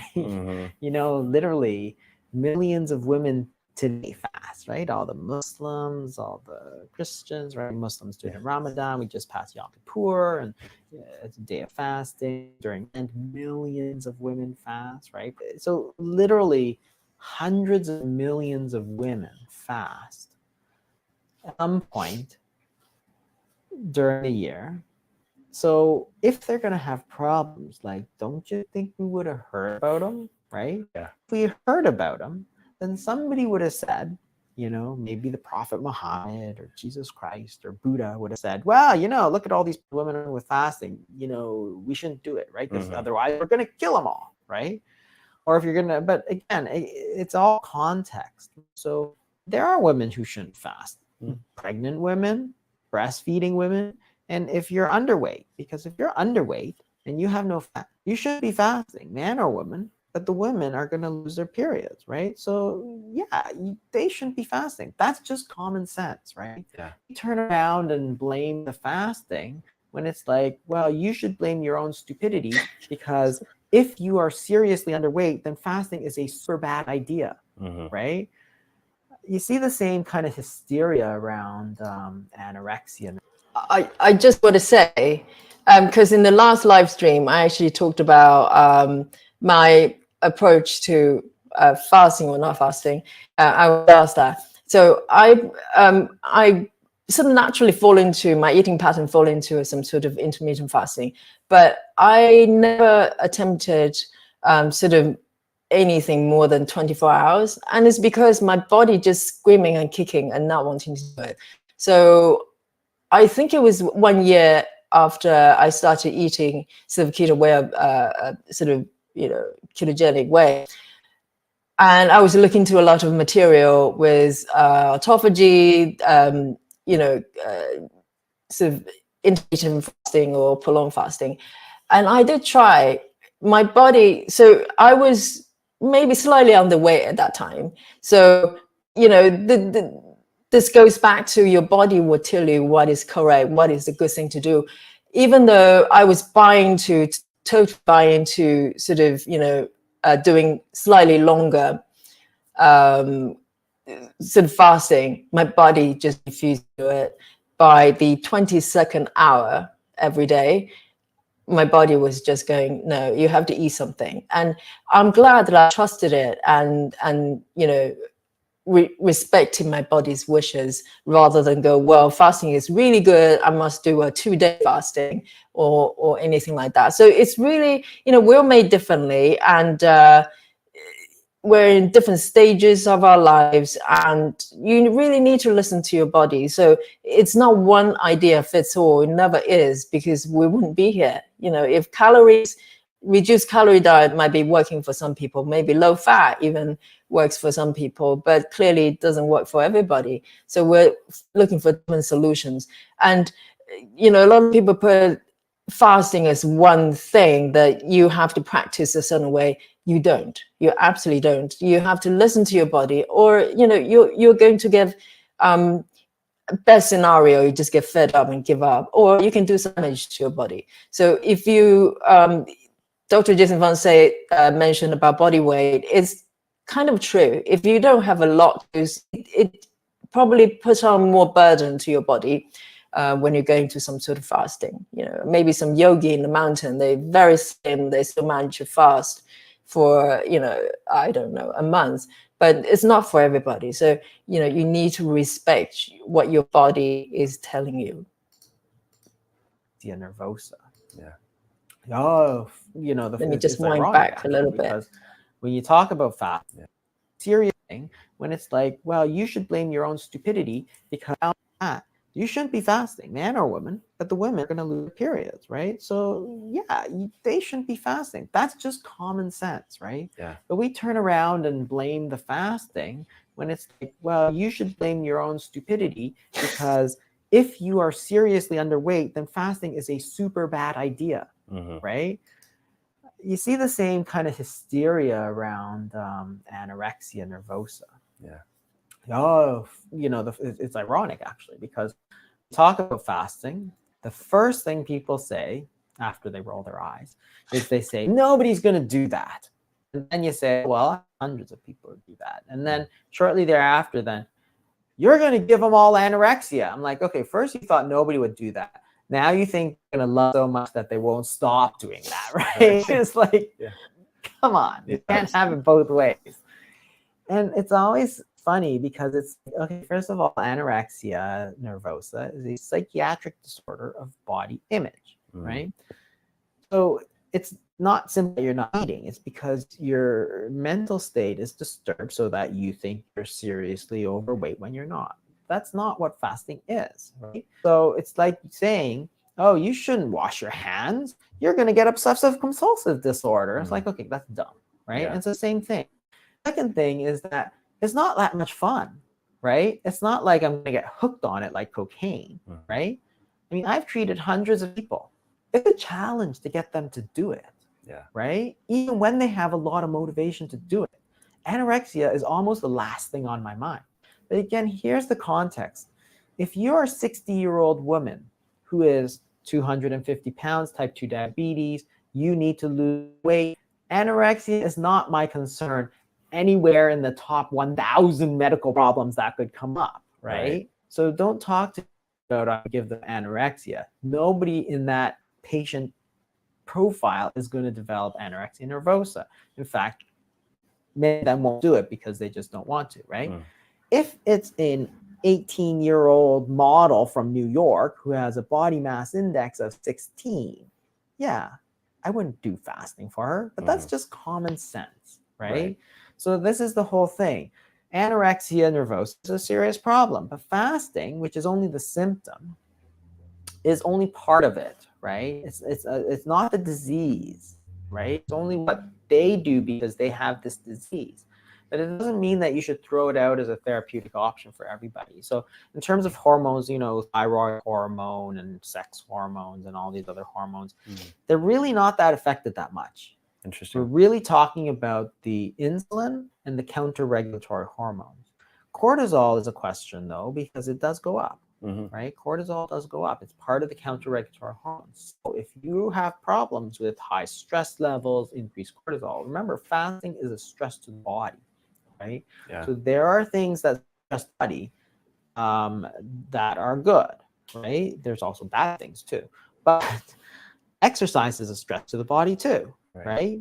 Stress the body and the body responds by getting stronger. Fasting is much the same. It's also a stress to the body. It can go overboard. Right? So again, you have to know what you're doing. But for the most part, I mean, humans have been doing it for thousands of years, right? Yeah. If you start you feel really bad and you think your cortisol levels for whatever reason are sky high and then you can't deal with it, then then it's maybe not for you. Maybe you need to shorten, or maybe you need to change, or you maybe need to alter it some way, because there's So this reminds me of a question I was asked maybe only a few days ago. Someone asked me whether being on keto increases the cortisol level, which is the fight and flight, fight or flight hormone, the adrenaline, but the question was put in a way in a context of being on keto and ketosis, which what the doctor is saying here is the fasting. So in regards of the keto part of it, if you're just eating a regular keto diet, I only have my own body to refer to, my experience. So for me, I replied a quick answer, but my answer is basically makes me a lot more relaxed, because it kind of takes a lot of my food issues and my anxiety over food or whatever guilt trip, whatever, away. So I'm a lot more relaxed when it's around food. But what the doctor is talking about is the fasting specific, and it would go up. But he also mentioned about exercising, which is utterly true, that when the whole concept of exercising is stressing your body to a certain extent in a control method. And similar to fasting, really, you are doing it in a way that you're not ultimately deprived of nutrient forever, but you're doing within a certain time frame and with your own body. So the kind of cortisol, but if you have some sort of underlying condition with high anxiety, perhaps you need to tone the fasting weight down. But otherwise, it would be a positive force, really. It gives you higher level of energy. Infinite flexibility. The other hormone that does go up, of course, is noradrenaline. So you do get more energy, and you don't get that basal metabolic rate decrease that you get with caloric restriction, which is the key to weight loss, right? It also sometimes causes sleep disturbances, and it's because they're so full of energy that they actually can't sleep or wake up and can't go back to sleep. Yeah. And I tell them, then don't. Go do something. Read a book, do some work, whatever you want, because your body is telling you, you don't need to go to sleep, right? You've got lots of energy. And the thing is that's okay. You're listening to your body. But getting back to the basal metabolic rate decrease, actually, that is the most important part of weight loss. Losing weight is never a problem. Right? Every single diet, you can lose weight. For 6 months, you can lose weight. The problem is almost all diets, they go back up. Yeah. Right? And the problem is that as you lose weight, your basal metabolic rate will go down. So you're burning less calories. And then that weight plateaus and it goes back up. And it happens for almost all diets. And it's interesting because we've known about it for like 100 years. But what doesn't decrease your basal metabolic rate is fasting. Okay, so that is a huge advantage in weight loss, because you can keep that weight off.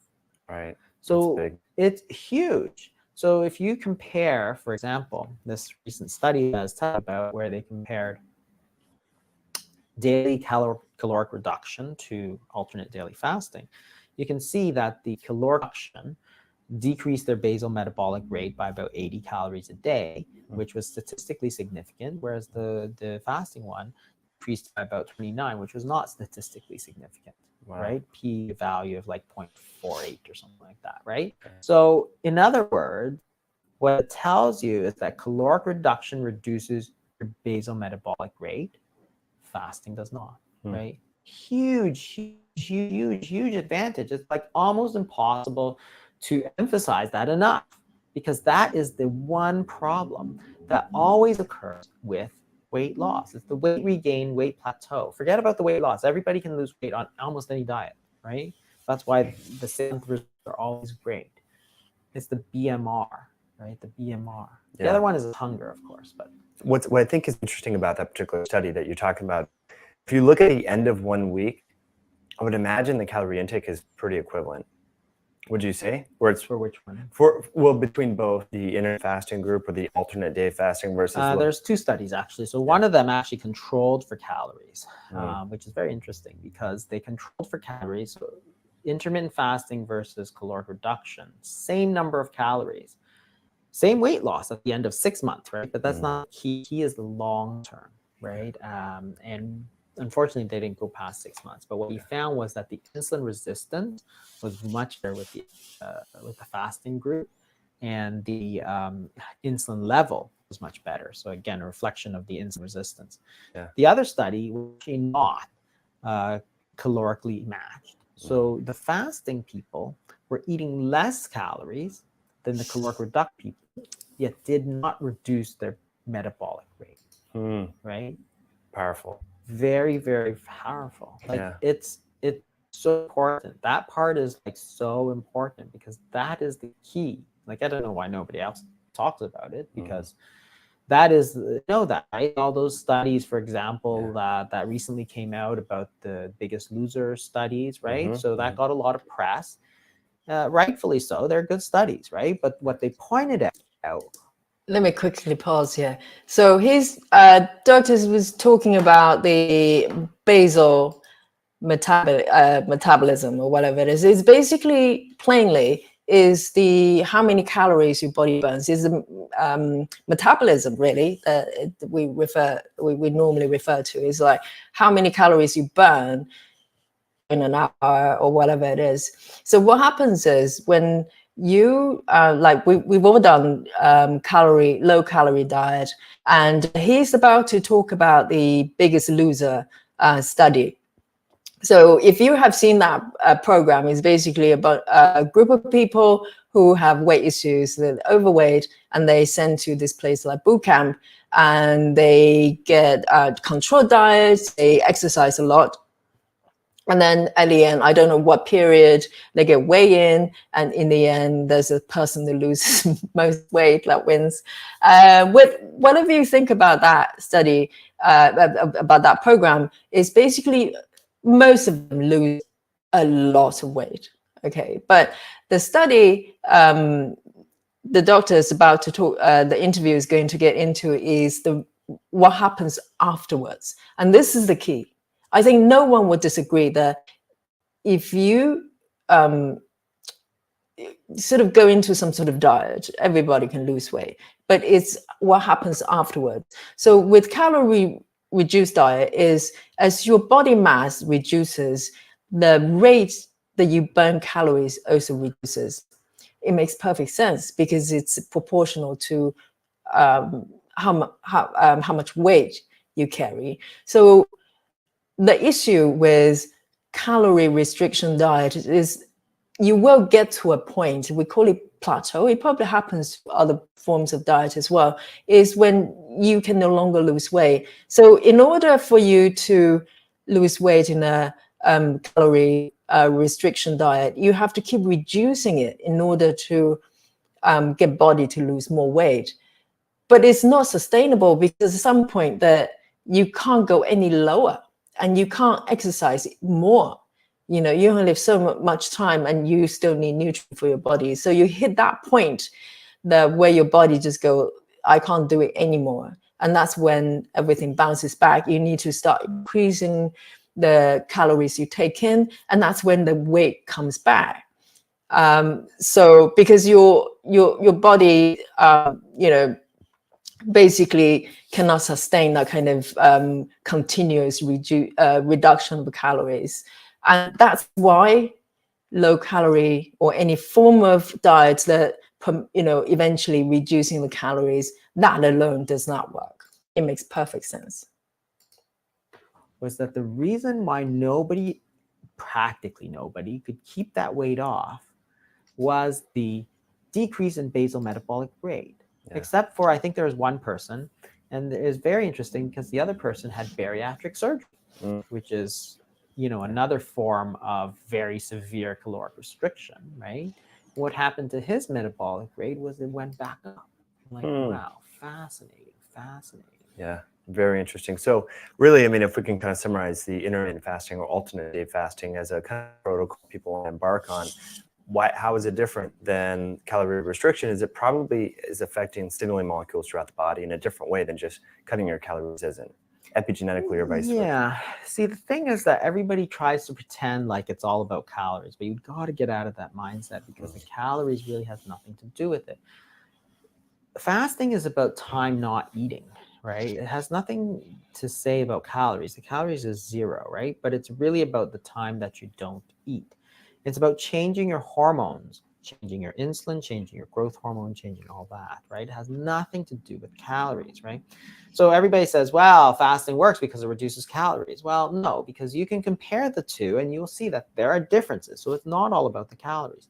It's the same thing. If you say it's all the same, well, you could say, well, it should be the same if you jump off a 1-foot wall 100 times, or if you jump off a 100-foot wall once. It's the same. It's all about the foot to the feet, right? It's 100 feet. Exactly. And I'm like, oh, except that one you die and one of them you don't, right? That's a huge difference. Same thing. So fasting, say it as it is. even if it was the same calories, is not the same. The hormonal changes are not the same. And that's the obesity code, is that it's not a caloric imbalance. It's a hormonal imbalance, right? So cutting calories does not fix that hormonal imbalance, right? Fasting to some degree helps it much better, right? And there are other things. You have to change the diet, maybe stress, maybe there's all kinds of things to do with obesity that have to be changed in order for you to fix it. Yeah. Of which one is fasting. You know, it's not everything, right? Some people, it's stress, it's cortisol, right? So some people have chronic pain syndromes and stuff. I'm like, well, your cortisol is like through the roof, right? Fasting not going to help you at all, right? It's going to shoot it up even more, right? And you shouldn't do it, right? So you have to kind of understand that. But the problem is that we've got to the point where we just kind of poo-poo it for everybody, right? It's also not a cure-all for everybody. Yeah. Now, the cortisol, are you testing that serum? Is that what you're seeing, or you just test? I mean, we have looked at studies of people who test it. I mean, we're not a research lab or anything, so we don't test it. It's not easily available. None of the hormones are easily available because hormones in general are pulsatile, so you can't actually measure it easily. You can do things like 24-hour urinary cortisol, but they're hard to do, and you know, in the end, we just make our clinical judgment. Yeah, and just tell people. I mean, my personal experience with fasting, I don't get that like fight or flight response that you get in traffic, but you definitely more energized. That's an N of 1, but some people, and so I think this is a lifestyle shift, and so meditation, heart math, and doing, you know, mindful based therapies is part of the equation for people. Yeah, I mean, there's so many different ways you can incorporate it, and that's really the key, right? You could do once a year a long fast. Some people recommend that for sure. You could do short daily fast, 16-8, right? Every day you eat within an 8-hour window. And remember this, in the 50s, for example, there's very little obesity. You know, people are eating white bread, right? Jam, right? Cookies, ice cream, right? There's no wheat bread, or if there was, nobody ate it, right? I know, I grew up in the 70s. Nobody ate whole wheat bread, ever, right? There was no whole wheat pasta, Everybody ate regular pasta. But the key was there was no snacking either, right? So what happened is I ate within usually a 10-hour window, right? You had breakfast at 8, you had dinner at 6. And everything outside of that, there was no snacks. You didn't eat in the car, you didn't eat at the theater, you didn't eat anywhere else except at a table, right? With family or coworkers. With family or whatever, right? Yeah. You're not eating at your desk, you're not eating in front of the computer, you're not doing any of these things where you're eating but doing something else, this kind of mindless eating sort of thing, right? So what that means is that you've got a 10-hour eating window, you've got a 14-hour everyday fast, right? Yeah. And guess what? No obesity. But they're eating white bread and jam like crazy Cereal. every day. Yeah. I packed a sandwich with white bread every day, right? Yeah. This reminded me I remember if you go on YouTube and look for footages from maybe in the 50s, 60s, or even 70s, there are a lot of video specialists. They do enhance sort of pictures, turning black and white footages into color footages. They look really, really good.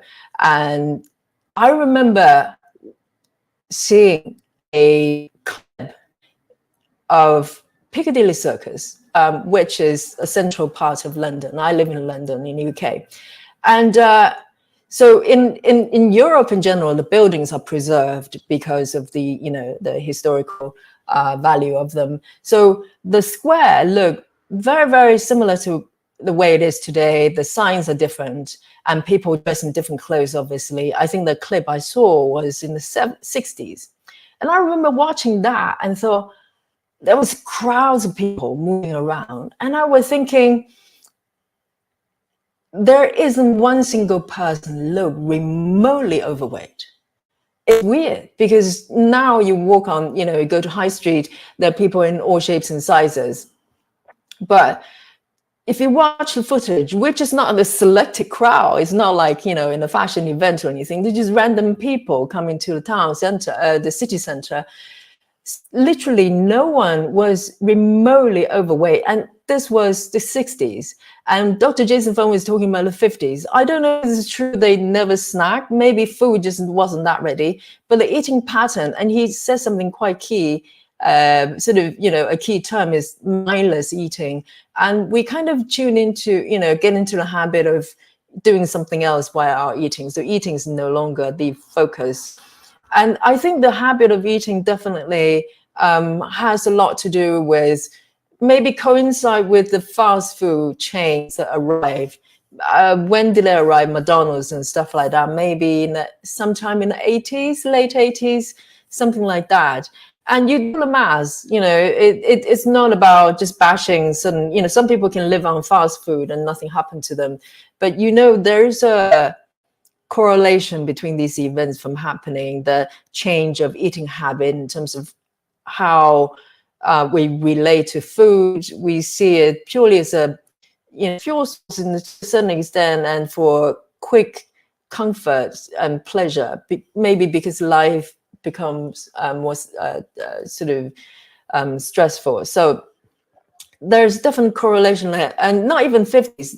Do you watch 60s or 70s footage, you would be, it would be a great challenge for you to find someone that remotely, even older people, you really don't see anyone's overweight. So this phenomenon of issues happened in the last 3-4 decades. That's a very short period of time. And we need to look into what happened there. We're having so much, so much trouble doing it. So sort of, just finding a diet that doesn't distress us. Family or coworkers. With family or whatever, right? Yeah. You're not eating at your desk. You're not eating in front of the computer. You're not doing any of these things where you're eating, but doing something else, this kind of mindless eating sort of thing, right? So what that means is that you've got a 10-hour eating window. You've got a 14-hour everyday fast, right? Yeah. And guess what? There's no obesity, but they're eating white bread and jam like crazy. Cereal. Every day. Yeah. I packed a sandwich with white bread every day, right? Yeah. to school. So it's like, that's crazy, because this is the thing. You can go back to that time where you kind of take those 3 meals a day. And, lots of people at that time, like in France, for example, they'd have coffee in the morning and that's it. Nothing else. Lots of They were butter. really healthy, right? And even the word itself, break fast, right? It means you have to fast, because you can't break the fast if you're not fasting.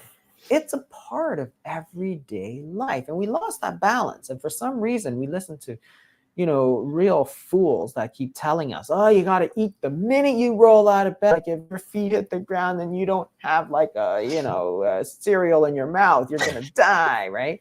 And it's like, okay, you guys are idiots, right? Yeah. And then you have to eat right up until the time you go to bed. It has to be breakfast, snack, lunch, snack, dinner, snack, and then another bedtime snack. It's like, that's supposed to lose weight? You're supposed to eat more to lose weight? Like, that doesn't even sound like it's going to work, right? Right. You have all these kind of, even doctors who kind of spout this tremendous nonsense. And it's like, okay, where's your trial to tell us that that's really useful advice? Because that advice sounds really dumb to me, right? And of course, they have none. But now it gets enshrined, it gets repeated enough, it gets enshrined into this kind of wisdom. It's like, is there any historical background to this? No, right? Nobody's ever done that before, and nobody's ever had this obesity before. Well, they might be connected, right? Yeah. Really Eating all the time, obesity crisis, right? Like, that hard, right? They're eating Oreo cookies in the 50s. They're eating Kit Kats, right? Nobody cared that much, because they had that daily fast to kind of reset themselves, set themselves. And if you try to take a snack, it's like there's no food to eat in the house, right?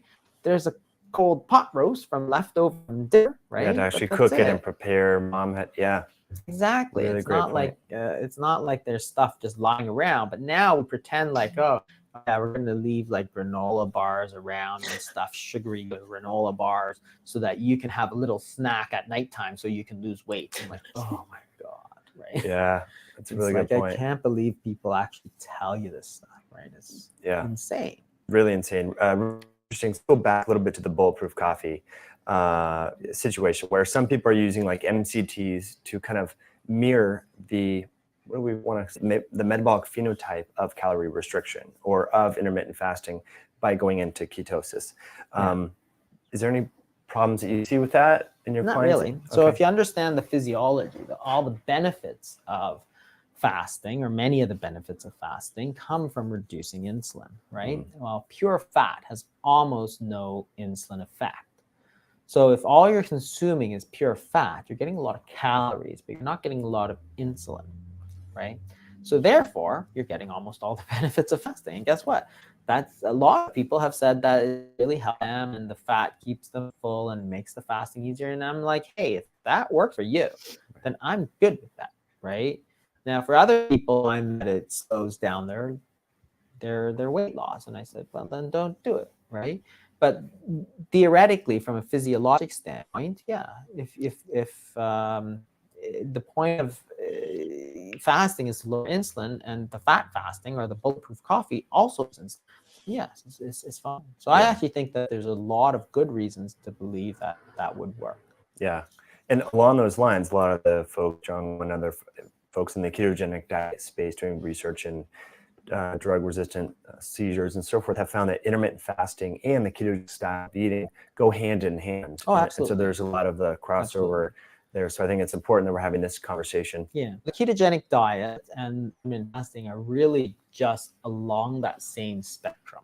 They're actually close cousins, basically, because the ketogenic diet, being ultra low carb, lowers insulin. If you compare fasting to a low carb diet, the low carb diet actually delivers 71% of insulin lowering as fasting. Now, you can't get better than fasting because you can't get lower than zero, right? Yeah. But it gets you most of the way, this sort of ketogenic diet. So it actually is very, very effective. So a lot of the diseases of hyperinsulinemia, which is obesity, type 2 diabetes, can be treated very effectively with a ketogenic diet. I have no problem. The other thing that most people have found is that if you're on a ketogenic diet, or if you're on a low carb diet, Fasting is like really, really easy. And it's the same thing because your body's so adapted to fat metabolism, right? After the first 2 weeks, your body's so used to burning fat. It makes no difference if it's burning fat like butter or fat like body fat. It's just fat, right? Yeah. So it just burns it. So if you think about it, it makes a lot of sense. And maybe the ketones depress appetite, so you don't have to eat, right? So there's so many ways that they kind of go together that they're really, you know, one is just kind of a ramped up version of the other one. Yeah, that's it, right? You know, a lot of people worry about nutrition or nutrient density and so on, but again, you have to take it into context, right? It depends on what you're treating. So if you're worried about getting enough nutrients, okay, you have to worry about nutrient density and all that. I typically treat people who are obese, so I'm not worried at all about nutrient density because they have way too much nutrients, right? So I don't care. So they can fast because I don't need them to get more nutrients. They have enough nutrients, right? So important point here, another key point here is fasting and ketogenic diet really come in hand. And I think a lot of people who have who are in keto fasting, when they're on keto, comparing to maybe they have tried in the past, try to fast on a non-keto diet, they can definitely notice a difference. The high fat that we're taking in when we're on keto is a satiety suppression. Well, I wouldn't call it suppression, but it kind of repairs a hunger signal, the satiety signal, because what I experienced prior to keto is the fact that I didn't know when I was full. I just did not know. I didn't know what it's supposed to feel like. And the only signal I got is when I'm very full. And by then it's too late. I know I've eaten probably more than my body needs, and I feel bloated, I feel guilty. So there's a physical and psychological, you know, sort of guilt trips. You know, your body's suffering, and mentally you're suffering as well. And I think for some reason the fat repairs that, because it's you know, by taking, so being low carb is one thing, but being high fat is so important, because it really, first of all, it gives you enough, you know, it's a great source of nutrient, but also it really fixes the hunger signal for me. So in a way, and you know, you don't have to go into full-on fasting in any shape or form to really enjoy the benefit. And that is such a great news, because you don't feel like you have to do, you know, go into kind of intermittent fasting up to a certain hours, or go into like 3-day fast, or some people do 10 days. I don't know how they do that. My body doesn't want to do it. But you can enjoy, well, he pulled up the number of 70% of the benefits. So it makes perfect sense. It makes perfect sense. I think, you know, through keto way of eating, for me, naturally creates a pattern of intermittent fasting without me consciously doing it, because you're not hungry. If you're not hungry, there's no reason to eat. And if you don't eat, you create that natural sort of interval of not eating, and your body has time, maybe not go into autophagy as such, because it requires longer period of time. But even if you don't eat or not having food intake for about 16 to 18 hours, your body has the opportunity to rest and repair. And a lot of things the body needs to do is interrupted by food that comes in, because that's the top priority your body will go to and digest. And digesting food takes a lot of energy out of us, of a human body.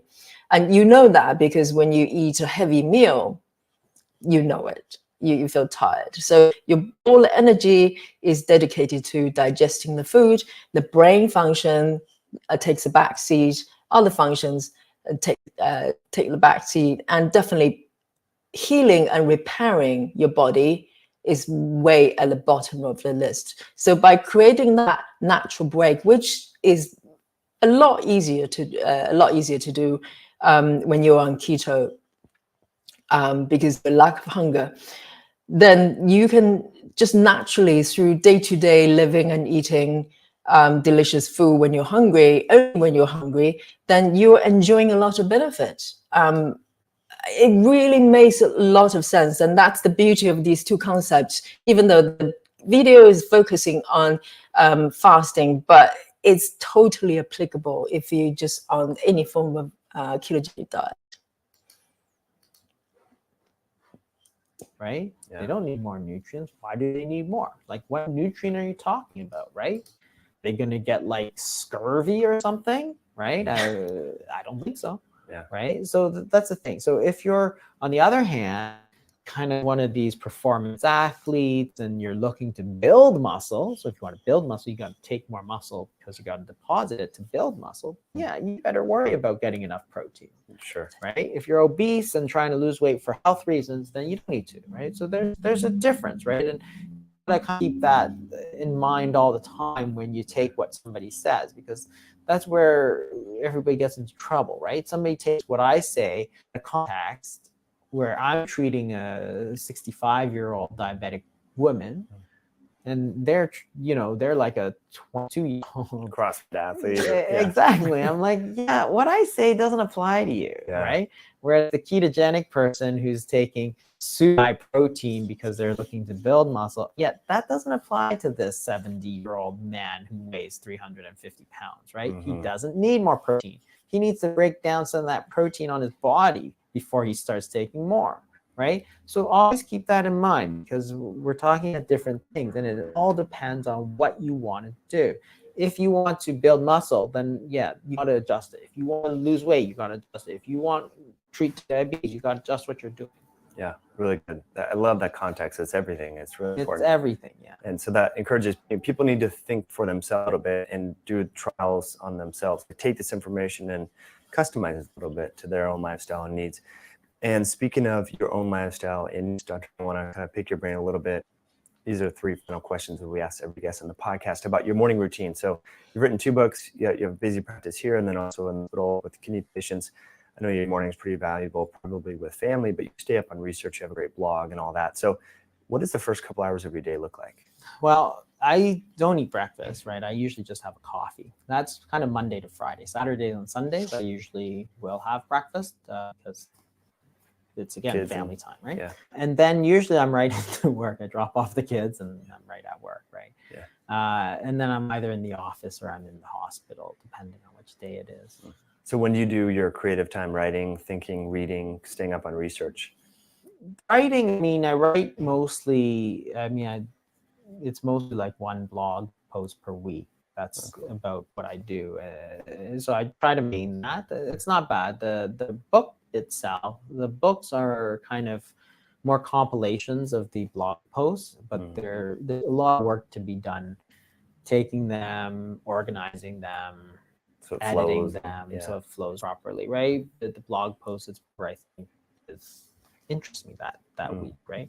So there is a lot of that that gets put together. I usually, again, when it's busy, I do more fasting. I get a few extra hours, and it adds up, right? So, for example, I've been fairly busy the last week, and I estimate that it's at least 3 to 4 times a week I've been fasting, kind of 24 hours. But again, I don't have to waste my time at breakfast. I don't have to waste my time at lunch. Not that it's waste, but sure, it gives me time to do something else. So that's what, hour 15 every day. It's a lot. 4 days is 5 hours a week. In a month, that's like 20 hours, right? It's a lot of time. Yeah.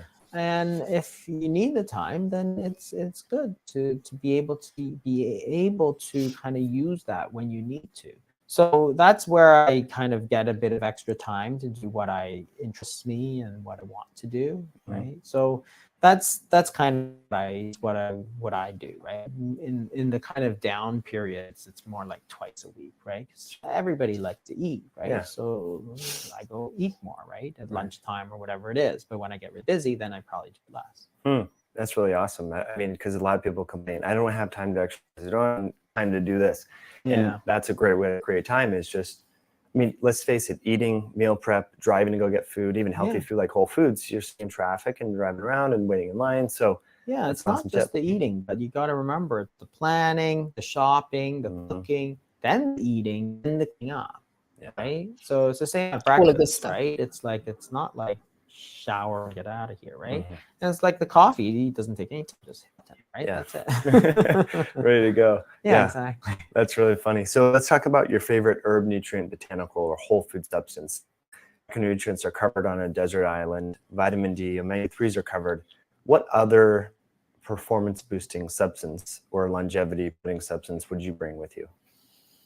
I don't know. I'm not really big into that. I mean, it's not my major, it's not really what I'm interested in, because I deal with mostly the opposite spectrum in that I treat mostly excess, right? So people have over nutrients, right? So really cutting them down is the main thing. So other than a general multivitamin, I don't make many recommendations. The only thing that I use sometimes is the omega-3s. I find that it helps me with a bit of inflammation at times, like in the joints and so on. So the other thing I use quite a bit of is Epsom salts, which are magnesium salts. So a lot of people are deficient in magnesium. Probably the one thing more than any of the other minerals and so on that we see people deficient in is magnesium. If you take magnesium by mouth, then it often doesn't get absorbed and it just runs out the other side, right? So what you do with Epsom salts, they're magnesium salts, you dump them in your bath, you stir it up, and then it soaks through your skin. So if you soak in it for half an hour, a lot of magnesium kind of soaks in through your skin. It's also very relaxing, right? You get the ones that have like some scents and stuff. I think that that's maybe one of the, more important things to do once in a while is to kind of take a bath, right? And I always tell this to my kids. It's like they go take a bath. I'm like, because you can compare the two. And I just click on something. Hang on. And I just wanted to say I'm a fan of the Epsom salt bath. Definitely recommend it. So what you do with Epsom salts, they're magnesium salt. You dump them in your bath, you stir it up, and then it soaks through your skin. So if you soak in it for half an hour, a lot of magnesium kind of soaks through your skin. It's also very relaxing, right? You get the ones that have like some scents and stuff. I think that that's maybe one of the, more important things to do once in a while is to kind of take a bath, right? And I tell this to my kids. It's like they go take a bath. I'm like, everybody feels better after a bath, right? It's like that kind of thing you did when you were a kid, right? Nobody wants to go into the bath, but when you're in, there's something just relaxing about it, right? It's like the ocean. Everybody loves the ocean. There's just something about, right? It's the salt on the sea. I think it's the same thing. So it's relaxing. And so you should do it every so often. It's cheap, right? It's just some water and some salt. That's it, right? It's not like I'm telling you to go to the Four Seasons in Maui or something like that, right?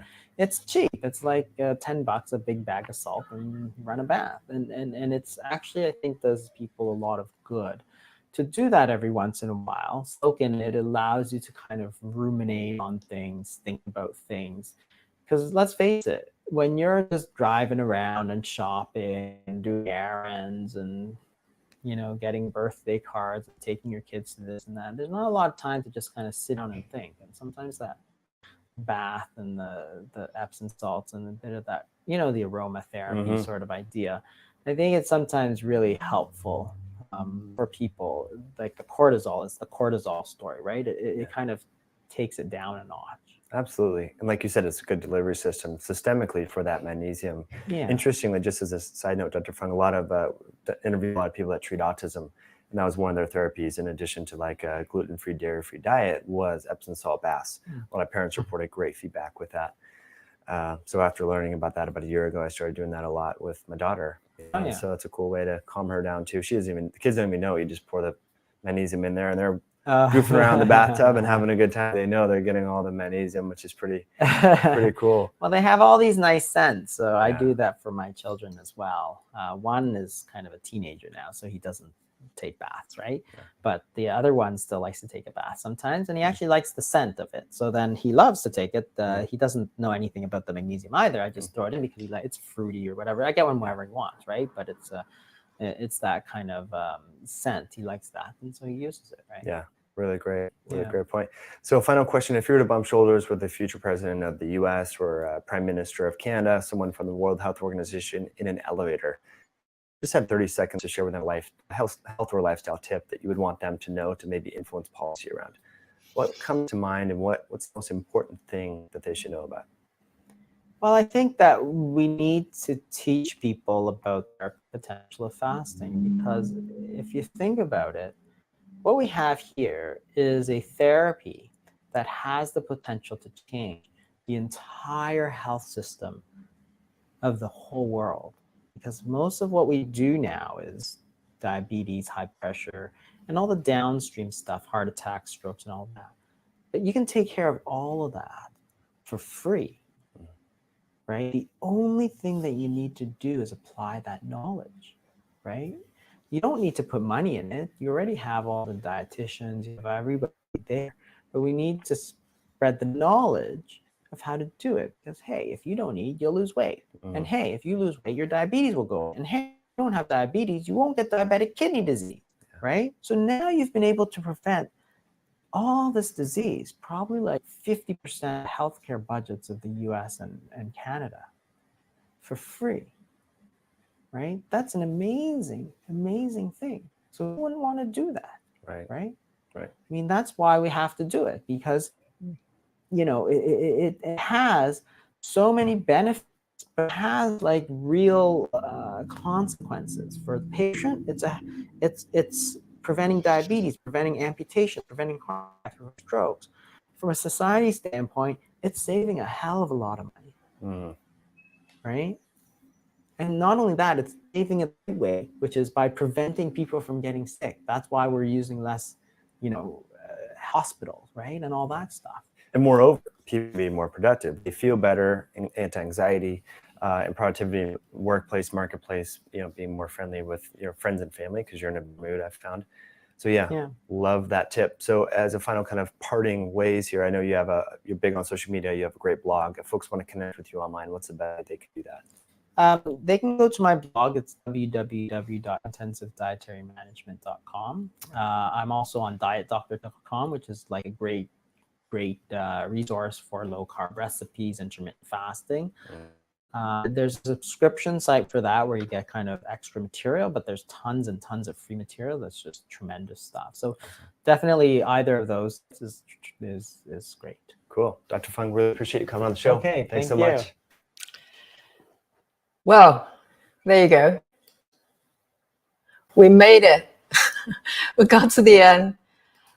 It's packed with information. It's just packed with information. I want to know your thoughts about what you've seen, whichever part you've seen.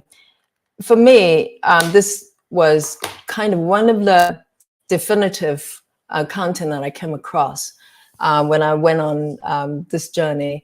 And so much of that was kind of busting through a lot of myths that's it's been around for a long time and being held to be true, and to be able to be broken down in such a way that it was easy for someone like me to digest. I want things to be simple. I don't want to be a scientist or some sort of nutritional expert just to look after my body. So this video really helps. And there's another video on the same channel. Again, big thanks to High Intensity Health channel. They do a lot of really good content with a lot of thought leaders of this field. So if you have a question, we can spend some time I want to know your thoughts. And let me just have a look. I owe so much of personal wellness to Dr. Jason Fung. I agree, because I think particularly if you're embarking on sort of this really drastically different way of eating comparing to the sort of mainstream way of eating, it's very daunting, because people around you will tell you that this is probably going to do a lot of damage to you. But in order to know that you're actually on the right path, you need information, clear information that you can understand and absorb to guide you through. I think that's the beauty of Dr. Jason Fung. You don't have to agree with everything he says, but I would say, you know, at least based on the interview, most of things make so much sense. It's down to kind of, you know, ground level. Most people can understand. And Simrat, one day I'll learn how to pronounce your stage name. It has reinforced and encouraged me in my health journey. Absolutely. I think, you know, I've been on keto for 6 years now, but I'm still learning every day. And even though I watched this particular video many times in the beginning of my journey, I hadn't watched it for a long time. And now watching it again, it reminded me so many things that, you know, maybe I have forgotten, or, you know, it's absolutely really, really helpful. And I think we all need that kind of reminder, sort of encouragement to know that things don't have to be complicated. And looking after our body can be very, very intuitive. And, you know, your life doesn't have to be turned around. So, and so, yeah, just to summarize the things we touch upon, from beginning, a lot of this is kind of addressing a lot of myths like muscle loss. If you go on keto, you lose muscle, which it's not really true. And what is being explained is that if your body is deprived of a nutrient, first of all, it will go into your body fat for energy. It makes perfect sense. And we all like to lose body fat. I think so many things with exercise and diet. People get excited when you say, well, it's going to lose the body fat. We all love that.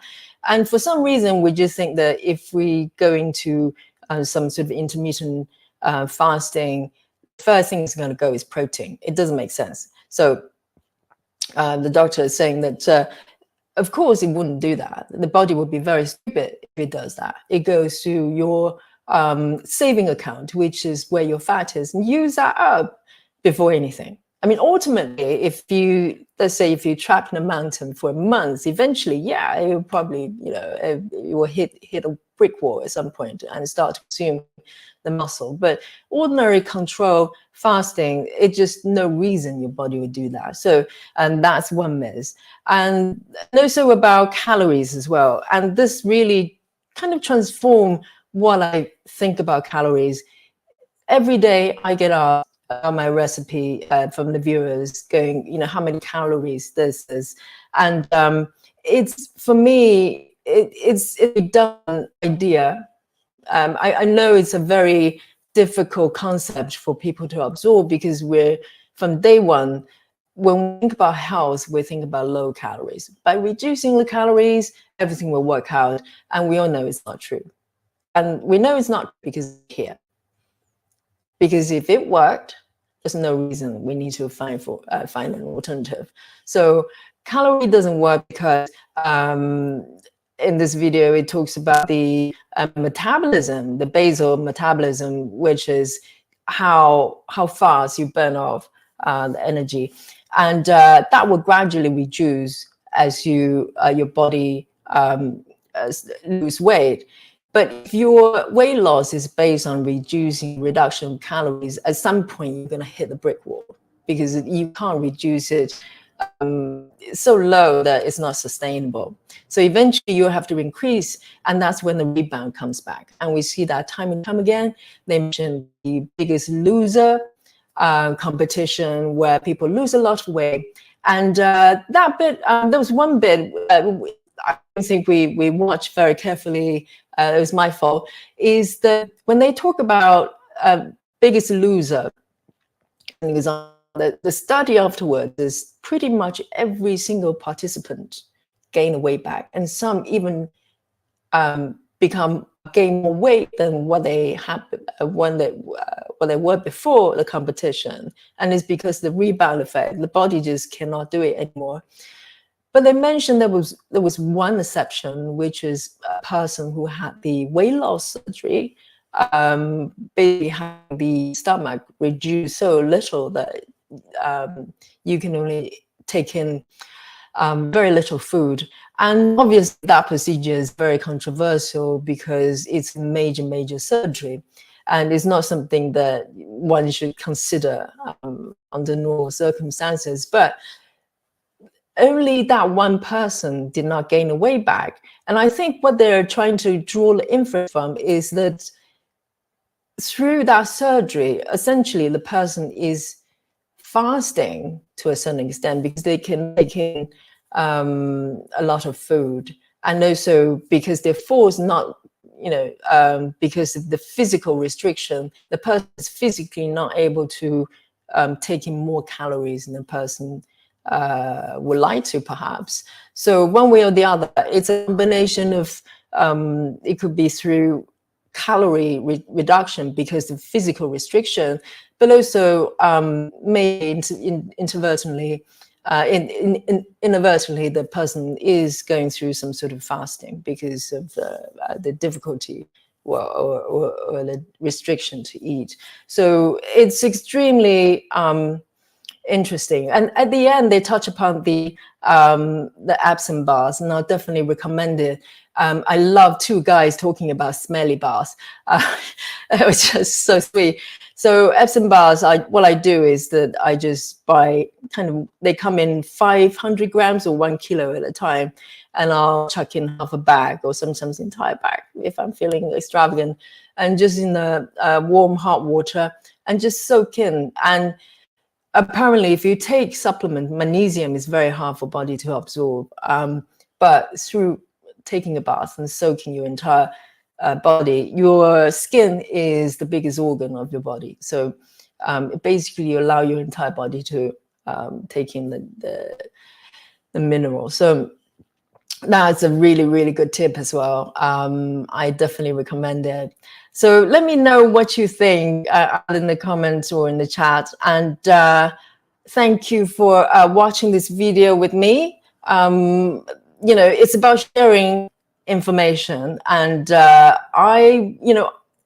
moment I thought about doing a live stream, I was thinking about doing this, because how do I, introduce the entire piece of content with my own thoughts, and live stream is a perfect medium. So I hope you enjoyed that. If you're here, either watch a certain portion or entire video, thank you for your company. And I hope to do this again. There are a lot of information that I really would like to share with you. So let me know what you think. And if you're watching on the replay, thank you and welcome. So thank you everyone for joining me today. Oh, let me just have a look at the, there's a comment here by Lindy. I, like you, never feel hungry and feel full. Well past the point that's helpful. Try to be forgiving, take it slowly, as I work to pay attention, to become more attuned, less mindless. Absolutely. You summed it up so beautifully, because I think most people have any kind of weight issue would identify with that. The satiety signal being broken, you literally just don't have that natural stop that, we should all have, where any creature, if you look out to the animal kingdom, you wouldn't be able to have one, be able to pinpoint one creature out there, animals, insects, whatever it is that require to go on a diet, unless there's something very wrong with them. So it makes no sense that we don't have that naturally. So thank you so much, and totally agree. and vegan freedom. Thank you for watching, and also Paul as well. Very good fun, and very good you, Paul. Thank you for watching, and thank you for your appreciation. And it's a small step, and hopefully one step at a time, we're able to kind of help people around us. Let's not think about mass, population, but one person at a time, we're able to address and rectify a lot of myths that's surrounding by us, kind of being held as true, and ultimately, causing damage and hinder our paths to well-being. So thank you so much one more time, and thank you for watching. I'll see you next time very soon. Thank you.